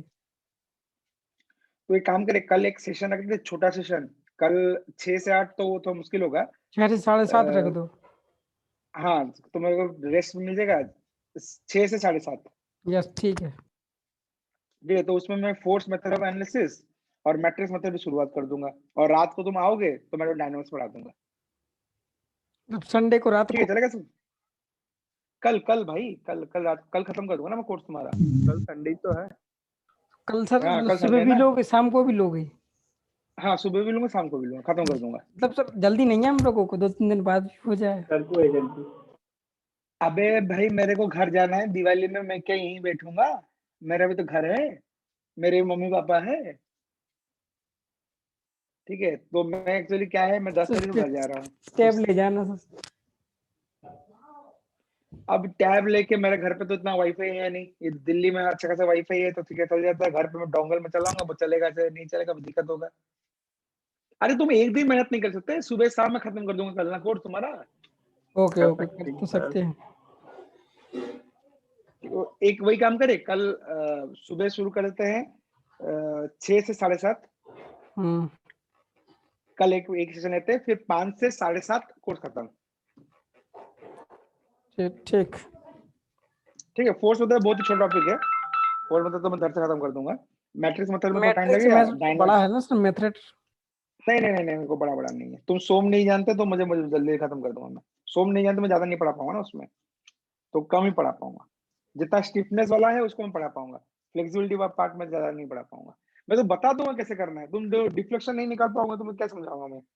तो मैं जितना मैं समझा सकता हूँ तुम्हारे नॉलेज के अंदर समझा दूंगा। स्टिफनेस मेथड मैं समझा सकता हूँ अच्छा से, फ्लेक्सिबिलिटी मेथड मैं बता दूंगा क्या करना है, फिर मैं क्वेश्चन बहुत नहीं बना पाऊंगा। ठीक है, मैं कर दूंगा जितना तुम गेट का जो क्वेश्चन है वो मैं, तुम देखना मैं नोट पर सब कुछ कवर्ड होगा, तो मैं कर दूंगा। कल सुबह में फोर्थ मेथड कर देता हूँ, शाम को मैं मैट्रिक्स मेथड और डायनामिक्स बता दूंगा। डायनामिक्स ज्यादा नहीं पढ़ाना है, डायनामिक्स मुझे बस एक इक्विवेलेंट कॉन्सेप्ट तो बता देना है। गेट में तो अभी नया इंट्रोड्यूस हो गया है, पहले नहीं था गेट में। ठीक है, मैकेनिक्स में एक्चुअली पढ़ाया जाता है। मैकेनिक्स में तुम्हें पढ़ाएगा फिर नहीं पढ़ाएगा, फिर तुम मुझे गाली दोगे कि नहीं पढ़ाया, कोर्स एग्जाम में क्वेश्चन आ गया तो फिर मुझे गाली खाना पड़ेगा। तो मैं तुम्हें बता दूंगा, फंडामेंटल तो बता दूंगा डायनामिक्स का। ठीक है, ज्यादा टाइम नहीं लूंगा, बस आधा घंटे में एक टॉर्क मेथड करके मेथड है, टॉर्क मेथड तुम सिखा दूंगा। टॉर्क मेथड करके तुम कैसे निकालते हो टाइम पीरियड, नेचुरल फ्रीक्वेंसी, वो बस बता दूंगा। वही चीज है, बाकी तो मैकेनिक्स का पार्ट है, मैं टाइम वेस्ट नहीं करूंगा। ठीक है, तो कल सुबह एक सेशन करते हैं, शाम को कर देंगे, चलेगा? किसी को दिक्कत है क्या बताओ? दिक्कत है तो मुझे टेलीग्राम में मैसेज कर देना, अगर दिक्कत होगा तो देन विल सी। वरना कल फिर अगले दिन मैं बेकार से बांधा रहूंगा ना। अगर कल खत्म हो जाएगा, मैं भी फ्री हो जाऊंगा, तुम भी फ्री हो जाओगे। ठीक है, यस सर। ओके। तो tomorrow if there is any issue then तुम मुझे एक मैसेज ड्रॉप कर दो अभी अपने टेलीग्राम ग्रुप में, तो मैं उस हिसाब से किसी का भी दिक्कत होगा तो मैं टाइम एडजस्ट कर लूंगा। नहीं है तो tomorrow we start at 6 o'clock, 6 to 7:30, then in the evening same timing 5 to 7:30 हो जाएगा। कल आधा घंटा ज्यादा लगेगा, खत्म कर दूंगा मैं। Done all of you? Yes sir. Yes sir. चलो 6 से चलो, 7:30। ठीक है। हाँ 6 से 7:30।